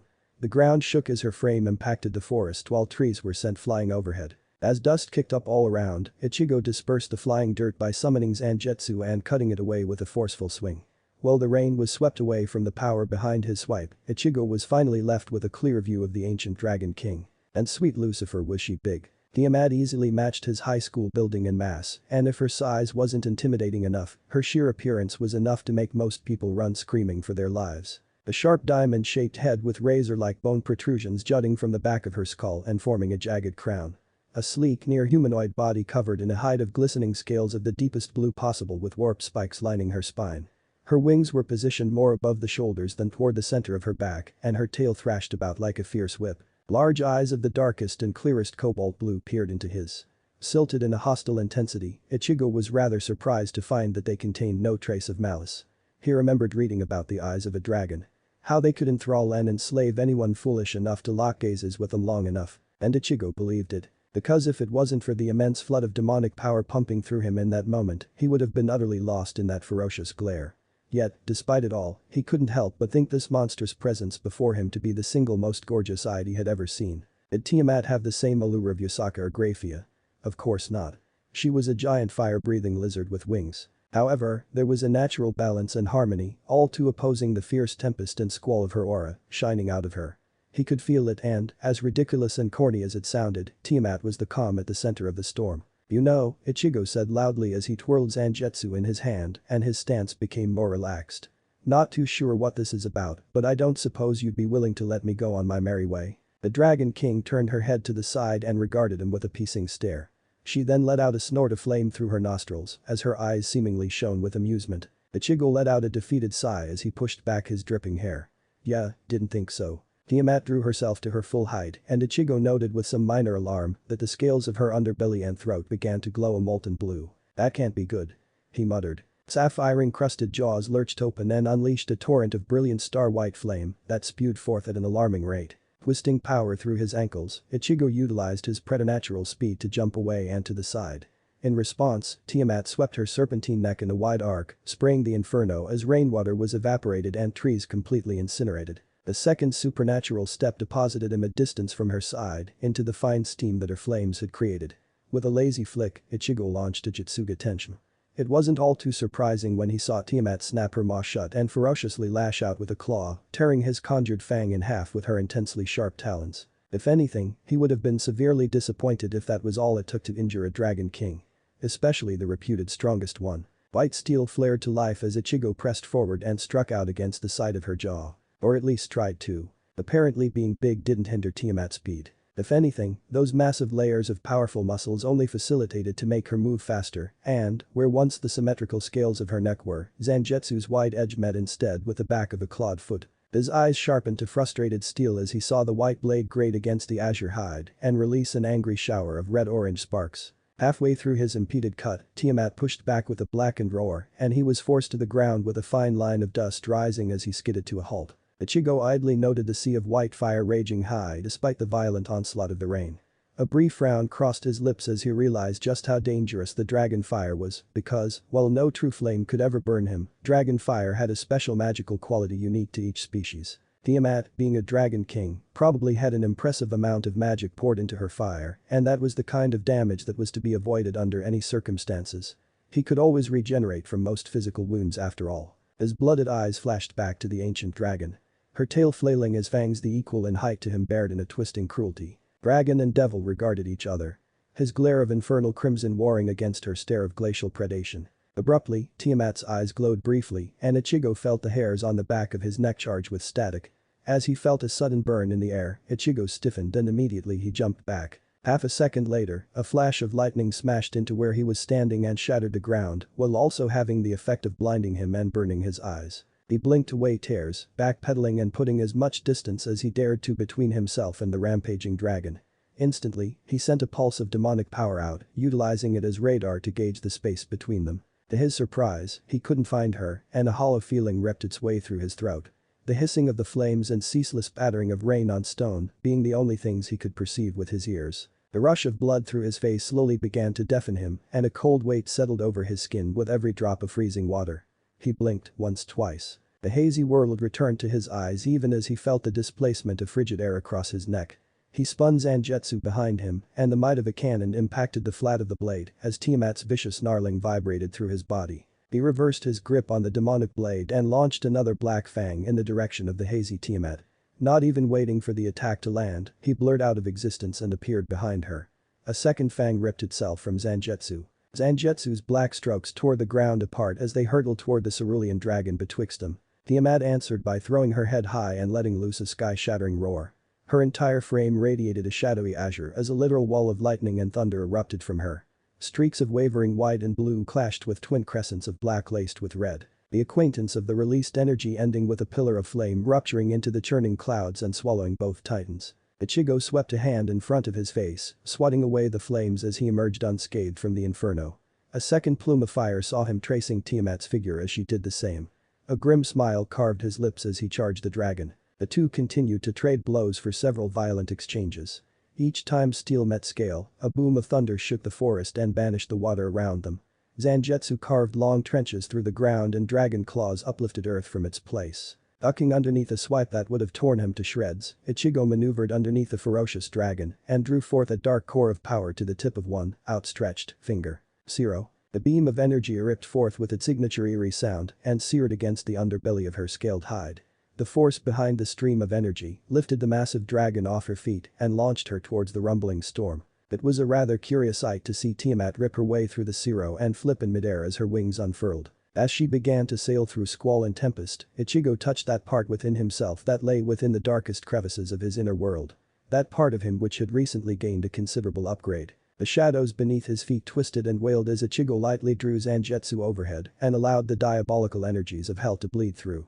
His presence exploding by exponential degrees, Tiamat winged her body in the sky and cast a wary glance as Ichigo's aura pressed and warped the world around him. Tiamat isn't the only dragon here. She must have sensed the shifting energies and increase of demonic presence because the sky lit up with an electrical storm as bolts of pale blue ripped through the atmosphere. Twixt madness and despair thine Anima's cries, little one. A fitting descent for shadowed nature. The dragon tilted her arrow-shaped head and jeweled eyes glinted down on him. Yet, the touch of Wormkin remains alien to mind gaze. The flux of lightning pierced the tip of Tiamat's wing and arsed its way out of the barbed thorns along her spine. What horror hast thou dredged forth from the first flame? A dark grin curved onto Ichigo's lips as his aura deepened a malicious red and Zangetsu let loose a howl of black and purple flames. Resurrect and twist Smunga. Eldritch energies jerked and convulsed around the blade, forming a corrosive miasma that melted the ground and turned the surrounding water a poisonous shade of violet. Ichigo responded by letting loose the floodgates and allowing his power to crash onto the world. Baleful and volcanic in its hate, the dragon of hell manifested as a shade of ebony and coiled itself around the moon slayer. The two spirits merging their murderous and savage zeal for violence. Slowly, Ichigo twisted the blade above his head in a wide circle. With each rotation, the clouds amassed above churned with his arm and whipped a new furor in the raging storm about them. The specter of Smunga snarled into the sky in face of the Dragon King as shadowed winds curled at Ichigo's ankles. A deep rumble reverberated through the charged air and, through the furious pounding of adrenaline and will to slaughter, Ichigo was surprised when he understood that Tiamat was laughing. Well met, kin of blood and storm. The undying storm's visage perverse for the first time in actual malice. Contest your gale against mine thunder we shall. All the electrical discharge within the raging sky of the underworld surged forward as Tiamat arched her neck back and opened sapphire jowls. A tight orb of pulsing voltage, shining a star blue, vanished from its place and Tiamat swung her neck down. Ichigo completely ignored the deafening of his ears as a tower of pulsating thunder ruptured forth. Wider than Tiamat's significant wingspan, the nexus of energy consumed his eyes as it hurtled down, hell-bent on annihilating everything. Ichigo heaved a Smunga-layered Zangetsu with all the might he could muster and let out a heavy roar. Gakurika. Instantaneously, a full-force vortex of black energy ripped its way into existence. White judgment crashed into the black tower piercing the sky. Ichigo lost himself to the shadowed light. Surzicha sat with little humor, a stark contrast to the pleasant smile he had plastered onto his face as he listened to a pillar lord prattle on about some inane and outdated ideals. He idly tapped the arm of his chair with a single index finger as he stole a glance at his desk. The sheer volume of paperwork deposited by Grafia earlier this morning had been despair-inducing and he did not appreciate anyone impeding his efforts to get through his work. Even though he knew that there was no chance in hell, actually never mind. Speaking of his wife, where under earth was she? She had disappeared some time before he had sent Ichigo off to obtain a familiar. I wonder how he's doing. So you are in agreement, my prince? Surziches widened his smile. But of course. Tradition is very important and the foundation of our society. Truthfully, he had been thoroughly ignoring the lord in front of him for the better part of 15 minutes and had no idea what they were talking about. However, judging by the pleased expression on his face, he had hit the nail on the head with his guess. Excellent, excellent, the spokesman of the traditionalist party clapped. So I assume you can see why we are so disturbed by such a sudden and unprecedented occurrence. I can assure you, Duke Barbados, Surziches said patronizingly as he leaned forward and folded both hands in front of his chin. I have everything well in hand. You need not concern yourself. Surzich's mind flew back to a memory over 2 centuries old. He had been having a charming little dinner with the Emperor Napoleon on Eve before he began the Montagnard campaign.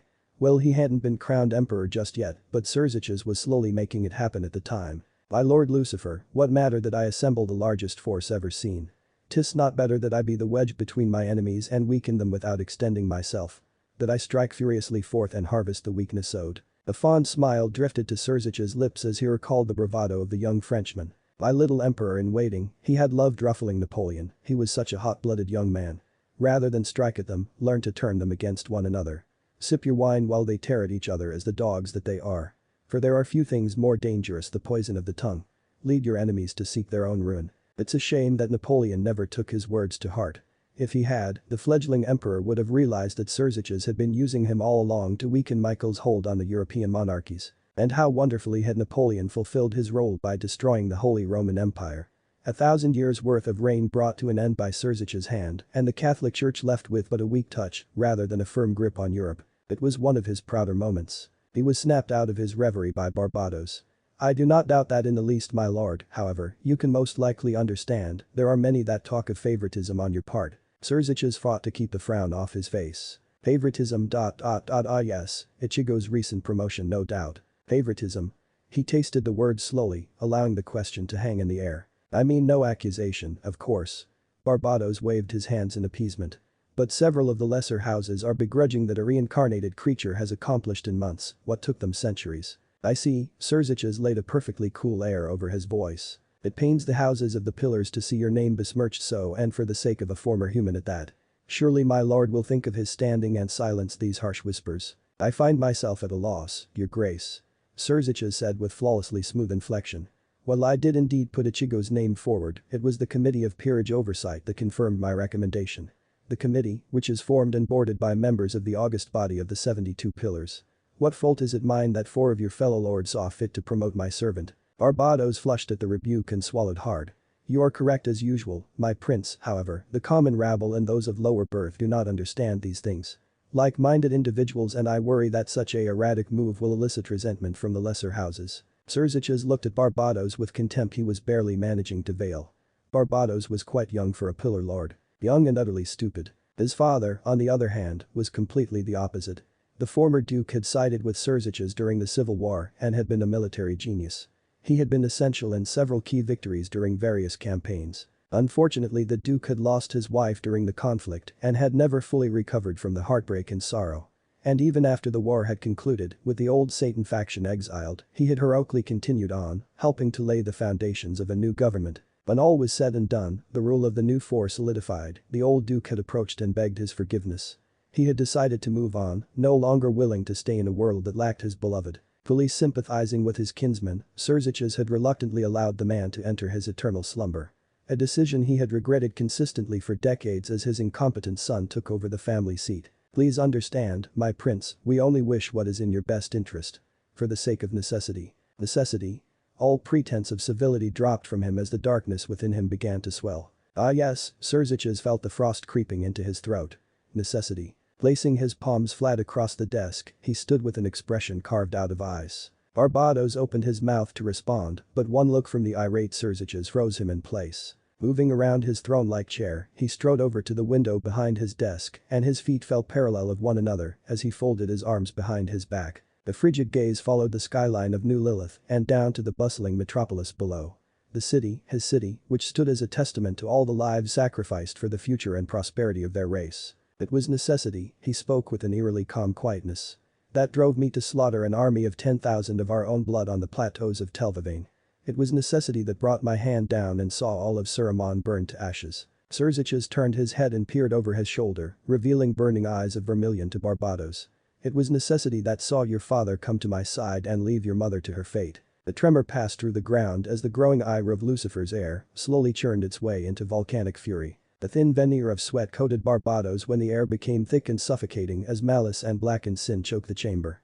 And my lord, I do not, the venom of Surzich's hiss practically dripped onto the floor. Speak to me of necessity. Surzich's eyes honed to steel as he pressed his malevolence onto the foolish duke's neck and applied a malign pressure.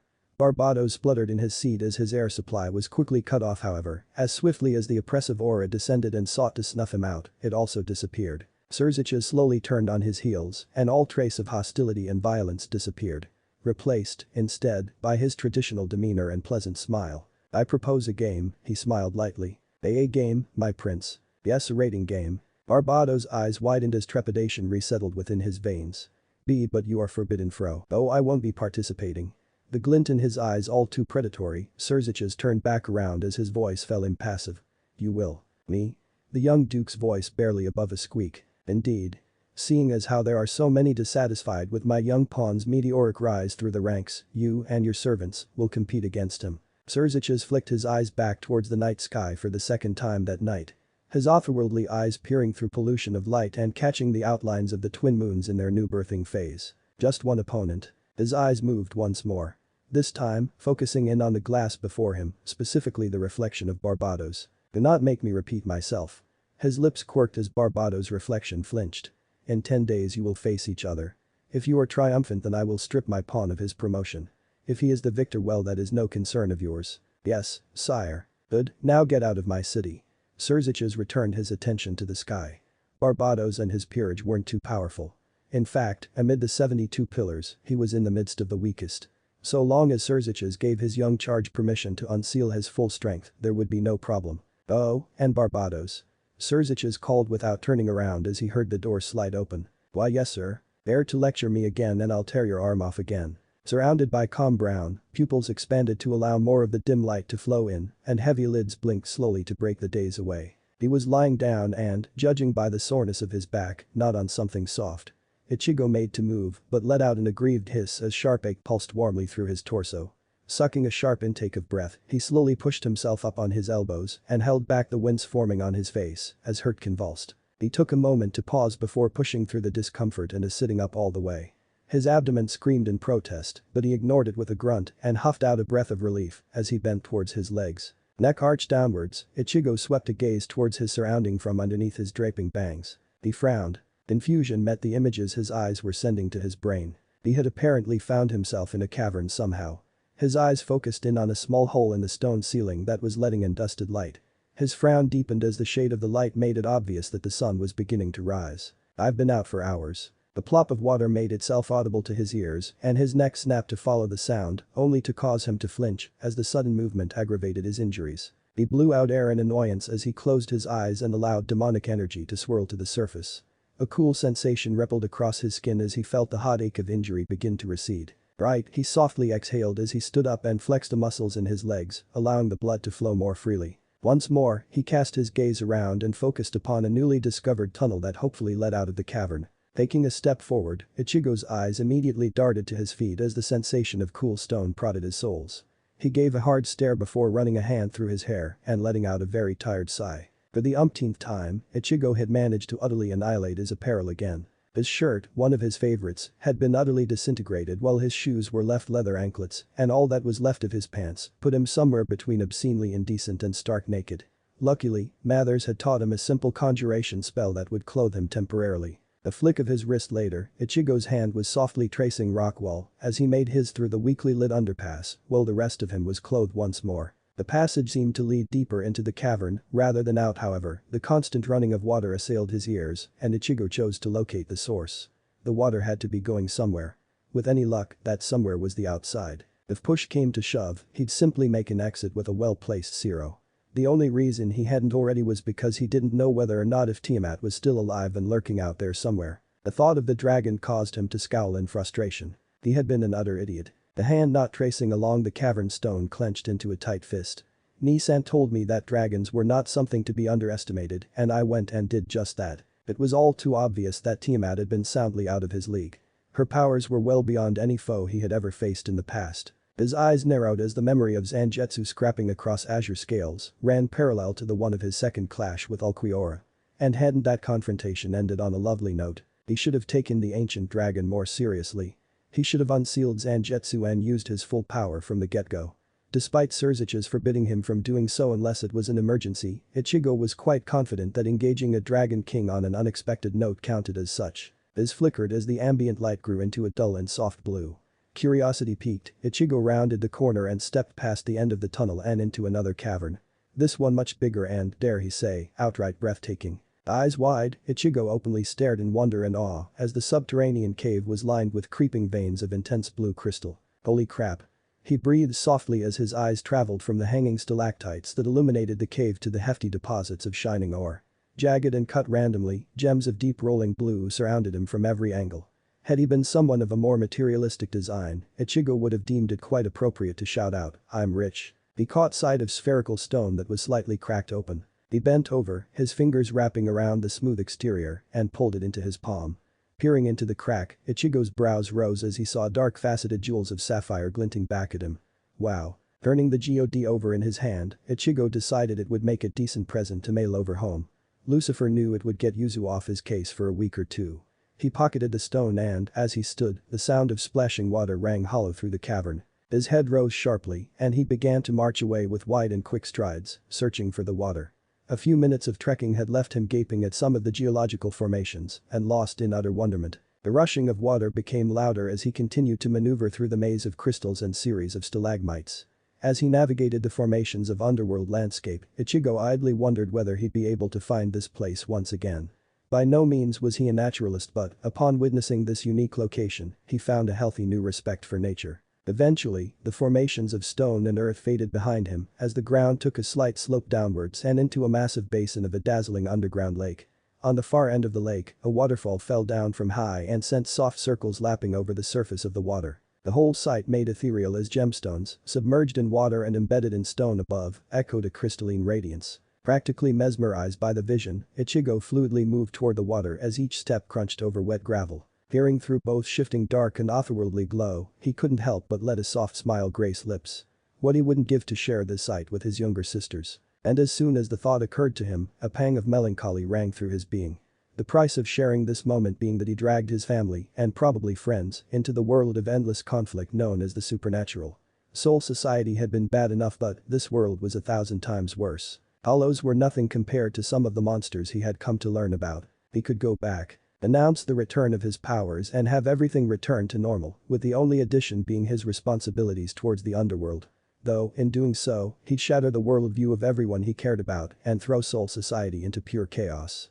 Admittedly, tweaking the beards of the stuffy nobles of the Court of Pure Souls would be beyond entertaining. Simply imagining the dumbfounded look on Byakuya's face made for a sore temptation. Still, after a near dozen weeks within the underworld, he realized that the political ramifications of such an outburst would be astronomical. Ichigo was a major of business administration in college. Ergo, he knew quite well that sowing massive upheavals in a rigid organization would only lead to catastrophic collapse. He shook his head as it fully dawned on him just how much it mattered that he kept all this a secret from everyone back home. He was definitely caught in a stalemate. Craning his neck up and pushing his hair back, the corners of his eyes crinkled as he let out a harsh breath. With a mirthless chuckle, he whispered, "Too late, too late." Caught in his musings, Ichigo did not notice the shifting in the swells on the surface of the clandestine lake water. It was only when the water lapped against his feet that he finally looked down. The look of concentration etched its way onto his face as he scrutinized the suddenly active water. As he leaned forward to examine the small rolls of water, Ichigo became acutely aware of something moving within its radiating depths. Something distinctively draconic in nature. "You've got to be kidding me," he muttered as Zangetsu materialized in his right hand. Here. There was no possible way he could actively fight Tiamat down in the cavern. That, and he also didn't want to fight her down here. The thought of decimating the natural beauty of the cavern was downright depressing. Suddenly, the lake went perfectly still, and Ichigo tensed as the water became perfectly smooth, glass-like even. However, as the energy signature came closer, Ichigo's face mired in perplexity. The water wasn't so deep that at this range it would be able to conceal a Dragon King. So how was it possible that Tiamat, who Ichigo definitely recognized after being thoroughly battered by, was still submerged in the shallow water? His answer came in the form of dripping white-gray hair, quietly breaking the stillness. Ichigo nearly dropped Zangetsu in bewilderment as an entirely nude woman made herself known before his eyes. With each step she took closer to the shore, more and more of her slid out of the water. Somewhere, in the back of Ichigo's mind, he knew that it was less and less astonishment and more ogling that he was portraying and, quite frankly, he couldn't care less. Even soaked to the ends of their roots, her hair fell thick and waved around her lithe and angular frame. She was taller than him, he noted as he forced himself to look away from her revealed nether regions and swaying hips. Impossibly smooth and flawless, her skin was of a darker variety that was unique to the region of the Mediterranean and the Middle East. Her features set in a strong regal manner that could not be human. She was faultless. Perfect. Not even Amaterasu could compare to the woman in front of him. For Amaterasu appeared in what, bad pun aside, could only be called a heavenly splendor brought upon by her sacred nature. The dark-skinned magnificence before him, everything about her proclaimed an effortlessly primal majesty that was innate. Now Ichigo prided himself when it came to his self-control around women of exceptional loveliness. Ranjiku and Yoruichi being the forebearers to his entrance in the realm of impossibly beautiful women. And, after the last few weeks where he was consistently in the presence of Grayfiani and Yasaka, who utterly surpassed the concept of human beauty, he still did not react to the way he was reacting to her. Shapely legs, long and slender, cut through the motionless water. Arms, smooth and cut finely, swayed lightly to rhythm of her hips. Droplets of diamond water spilled down her full and wavering breasts and onto hard-toned abdominals. As Ichigo's mouth went dry, he finally managed to regain enough self-control to look her in the face. Turned out that wasn't much easier. Full and pink, her lips gently contrasted with her caramel complexion. Her mouth, all too sensual in its shape, was far too distracting for his liking. As his eyes rose to meet hers, his breath froze in his lung. With a piercing gaze backing them, the twin pools glistened with a sapphire luster so deep, they seemed to be rolling in waves. He continued to stare into those eyes. A minute, an hour, perhaps even an eternity. Ichigo felt himself fall into an endless dream as those impossibly blue eyes drowned. It wasn't until she stopped in front of him that Ichigo was finally shaken from his daze. And that was only because of the monstrous pressure that collapsed onto his shoulders. His knees nearly gave way, and it was only Zangetsu's roars of frustration that managed to keep him from giving in to her enthralling stare. Ichigo closed his eyes, breaking her hold, and slowly bubbled his own potent energies and built them to match hers. Shadowed malice crawled forth, causing the scent of sulfuric miasma to mix with the churning of burning ozone. His lid slowly slid off his eyes, allowing her glinting gaze of azure light to war with his now glaring shadow of crimson. Bizarrely, the clash of the two titanic auras did little to disturb the serenity on the basin of shining water, nor the forest of shimmering crystal. They continued their contention for dominance as Tiamat pushed and prodded his aura for any show of weakness. Several moments of where they pressed forward a suffocating atmosphere, which Ichigo estimated to be more than twice that of an average ultimate-class devil, saw her pull back slowly and Ichigo respond in kind. She didn't show any outward sign of satisfaction, so Ichigo could only guess that whatever had inclined her into instigating the silent war had been fulfilled. Her eyes slipped away from his and slowly they traveled down his body. Ichigo did his best to ignore the sudden rush of heat in his ears and the hotness crawling along his neck. She let out a throaty purr. The sound was a husky ink, all smoke and sex. And sweet Lucifer, did Ichigo wish in that moment that he hadn't been channeling his inner demon. The devil came in full as needs slammed into him hard. Hunger, virulent savage, had his eyes churning once more and his gaze fixed on that carnal mouth, lightly trailing down to an exotic neck. Her eyes snapped back up, locking with a raging fire threatening to consume him. Demanding to consume her. The corners of her mouth slowly curled in shadowed amusement. Breathe, little one. Your power should not rule you. Like ice, her words sloshed over him and calmed the sudden burst of desire that he found himself sinking in. His grip on Zangetsu tightened until he felt his knuckles groaning in protest. A bout of shame quickly drenched the remnants of the demonic-fueled lust and anger at himself burned in its place. At least the anger was a welcome distraction from his libido. Sorry, he breathed out as he averted his gaze, though not so much that he couldn't see her from his peripheral vision. That alluring smile still played on her lips as she looked at him from under heavy lashes. She took a step forward and he immediately responded by doing the opposite. She stopped in place, her smile curving positively predatory. As she continued to regard him, Ichigo grew increasingly uncomfortable. There was a terrible moment for Ichigo, where he wondered if those were the same eyes he had been staring at her with. Well? She let out in a chilling rasp. He swallowed hard as he felt a unique kind of fear. One that was a little too reminiscent of a drunken silver-haired she-devil. In this situation, he forced himself to be as eloquent and firm as possible when speaking with a possible walking death sentence. She chuckled, a dark sound that did a number on his self-control. He shut down every desire and went behind a wall of solid iron. Never mind that the iron was thoroughly rusted through. Will you not make your attempt to bind me as your familiar? She approached closer, her nudity hitting him with renewed vigor in some places more than others. It was a good thing she was slightly taller than him, looking down on her would most likely granted him a view he could not afford with his current control. Or rather, lack of. Do you want me to? He labored out as she pressed herself far too close. Damn the inherent pride of both himself and his inner devil. If it weren't for that pride, he would have put a decent amount of distance between them by now. Do I want you to? His spine shook in terrible anticipation as she reached out and tapped a finger to his jaw, tracing it with her nail. She came in closer and he felt 2 mounds of flesh press against his chest, while her breath, warm and traced with a soft oceanic breeze, fell on his face. What do you want to do? Lucifer, Zangetsu screaming into his soul went widely ignored as Ichigo peered deep into sapphire stars. I didn't expect to run into you. She blinked, genuine surprise crossing her face. Oh. The entire underworld knows the moonless nights are mine.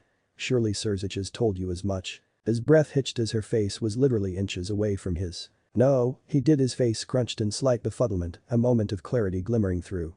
Wait a minute, how do you know who I am? Her eyes dropped from his, and he felt her hand trace its way down his neck to over his collar. Little one, her tone strong with a hint of laughter. Your initial descent into bowls of the hell was heard to all those who know how to listen. I've known who and what you are for quite some time. He frowned at her, finally gaining a slight foothold against her spell, much to Zangetsu's exasperated relief.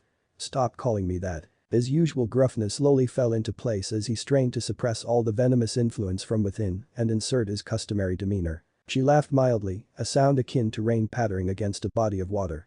Little one, I remember when the greatest desert was lush with greenery and flowing with waters. I was ancient when Khufu built his edifice within the sands that came from that greenery. I watched from the hanging gardens as Azazel, still radiant and gold-plated, raised the Tower of Babel to the earth. To me, you are very, very little. She emphasized her point by patting his cheek pompously. He cursed silently as he held back a painful sigh. How in hell did he find himself in these situations? She stepped back and slowly walked away from him. Ichigo couldn't help but follow the sway of tanned skin across wide hips. She stopped and looked over shoulder. That infuriatingly appealing smirk shadowed behind strands of white silk, lacing his mind with shameful arousal. Do try and keep up. She blurred away before Ichigo could blink. With her presence removed, he finally felt the gears in his mind moving with normality once more, and Ichigo did the only logical thing he could think of. His fingers twitched violently as they slowly curled into an iron-gripped fist. Soundlessly, Ichigo drove his knuckles into the center of his forehead, and the entirety of his skull exploded in pain.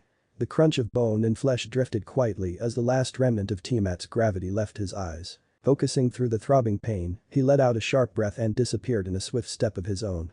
Hurtling through the maze of underground formations, Ichigo steeled himself, his eyes becoming as honed as Zangetsu's edge. It was within seconds he found her once more, softly treading over wet stone towards the mouth of the cave. Her long stride carrying her naked and dripping form back into the falling rain. He stepped up from behind her, standing to her side. From the corner of his eyes, he caught her looking at him in the very same manner. Slowly, she turned and placed a hand to her hip as she leaned her weight on the very same leg. It was a slow and exaggerated movement. One, he realized with a grimace, to draw his attention to her body. She was behaving less like a dragon king and more like a dark seductress. And damn it all to hell if she wasn't proficient at being both. Sapphire once more took hold of him, but this time, Ichigo guarded his mind with battle-hardened instincts and the absolute intent to commit murder at a moment's notice. Embodiment of every man's dream or not, he was finally seeing her as the very same dragon that nearly killed him not too long ago. He held her gaze, pushing back at her enthrallment and serpentine stare, and her mien shifted as a satisfied look settled across her imperial features. The smooth muscles rippled in her shoulders as she craned her neck past him. With a near-painful slowness, Ichigo followed her line of sight, his eyes sweeping over a line of trees to a wasteland stretching on for miles. Blackened earth, gouged and set running with rivers of fire, ran through the remains of their former battlefield. Uneasiness stirred from within him. Neither of them had been going all out. He did not know the full extent of Tiamat's power, but it had to be greater than what she had used against him. At best, the levels of strength she displayed were slightly above his own, and she had been toying with him for the most part. His own release would have increased his power by several-fold, vastly outstripping even that of a Mao. He hadn't even utilized his hell-infused powers to their full extent. A frown crossed his lips. She could have killed him in his moment of foolishness. The same thought must have occurred to her as she turned back to him and said, "You lost." A simple statement. As well as a bitter one. "I did." The smirk reappeared. I spared you. His grip on Zangetsu would have broken any lesser blade. You did. She hummed again, the same alluring sound, which would have pushed back into the edge if not for the swell anger at the forefront of his brain. She drew on a long strand of hair, twirling it within her finger as her sight became flat and impassive. I would entreat with you. He rose a single brow, willing silence to speak for him. The worlds move once more. A new age is settling upon us. I feel this as I have many times before. Her eyes slowly cast themselves over the ruined horizon before returning to him. You will take part in this, the power within you will demand no less. I wish to witness the move from the center. You're going to have to clarify. He couldn't help the dry inflection. I will become your familiar, under conditions. He didn't bother hiding the surprise on his face. Really? You'd bind yourself to me? Just like that. She smiled as she swung the entirety of her wild mane over one shoulder. A temporary arrangement. We are both powerful enough to break the bond whenever we wish without any magical backlash. About to say something, she quickly cut him off. Though in no way does this make us equal. We are merely striking a bargain. Your debt to me for sparing your life is not yet repaid. I will ask a price from you at another date. His lips twisted. Any indication of when you plan on cashing it in? She blinked at him in uncertainty as her head tilted to the side. Cashing in? Ichigo's lips hung apart for a moment before he shook his head. It's a human expression, never mind. When do you plan on calling in the debt? Interesting, she gave him a considering look. I have not spent time amongst immortals since a small age ago. Their idioms have always been a curious thing. I shall remedy this, perhaps, while being with you. She regarded the sky for a moment before returning her attention back to him. As for your question, I cannot say. It may be in a fortnight, it may be in a century. When it behooves me, I will let you know. Fair enough, he sighed before running a hand through his hair. You want to do this now? She opened her mouth to respond even as a tremor struck through the ground and the entry of the cave shook off dust that settled on the two of them. He regarded her with confusion as she did the same to him before pulsing a wave of power to outstretch his senses. He felt it, rolling off waves of hostility and bestial savagery. A quick glance saw that her eyes were fixed to the same spot. Past a mountain that survived their titanic confrontation stepped a creature that easily dwarfed Tiamat even in her dragon form. It was sickeningly thin, as 100 meters of black leather stretched over jutting ribs and visible joints. There were places where gray and withered bones broke the diseased hide and parts where flesh was rotting and falling off. We've attracted some attention. The amusement reflecting in her voice was all too evident. Ichigo counted 11 serpentine necks swinging wildly and seemingly in no direction as they supported snake-like heads, rimmed with broken horns. A few of the heads weren't even whole, missing patches of hide that showed the rotting tissue below. There was even one whose head was missing half of its entire skull. I guess we have. Lacking her amusement, Ichigo, if anything, felt a sudden sense of satisfaction. The undead Hydra had presented itself as the perfect scapegoat for his current bad mood. He didn't even bother to say anything further, simply ripping forth all the negative energy he could draw from the underworld. The way he should have done against Tiamat in their battle. The underworld answered his call in a silent wail. The unknown writhing in black twisted at his feet and tore itself free from the laws of physics. He raised a palm, gathering darkness as hellfire erupted and swirled madly into the squirming shadows. Rage, misery, insanity, coded in his domains, Ichigo pressed his fingers closed, allowing the unholy light to shine from the edges of hand and cause the rain to hiss and simmer. He took a deep breath, holding in the intoxicating current coiling in his lungs. With a flick, he sent the miniature sun sailing in an arc and leaving a trail of hot steam as it vaporized rain and cloud. The small luminous orb fell onto the rumbling Hydra, ceasing momentarily in its descent and hovering for a second before dipping into the Hydra's back. The undead giant froze, sensing something wrong as all its heads turned around towards its body. A deep orange and brilliant yellow glow began to radiate from the Hydra and all its heads let out a strange mix of hissing and groans. In a deafening detonation, Ichigo felt the full force and heat from his Sirosinisa tear away at the world as it ruptured in a void of power. The megaton explosion sent a shockwave that instantly annihilated the rain and blew every cloud clear out of the sky. As fire roared across the sky and the earth shredded itself apart, Dragon King Tiamat turned towards him with a disturbingly still expression. Disturbing, because while her face remained impassive, her eyes shone with sapphire fire. Yes, we do it now. Fire, he wasn't too sure was reflected from his power or came from within. Let me know in the comments below if you guys want the next part. Also check out my other video that has been shown and left. Thank you for watching. If you enjoyed this video please like and share this video. And have a fantastic day. Bye.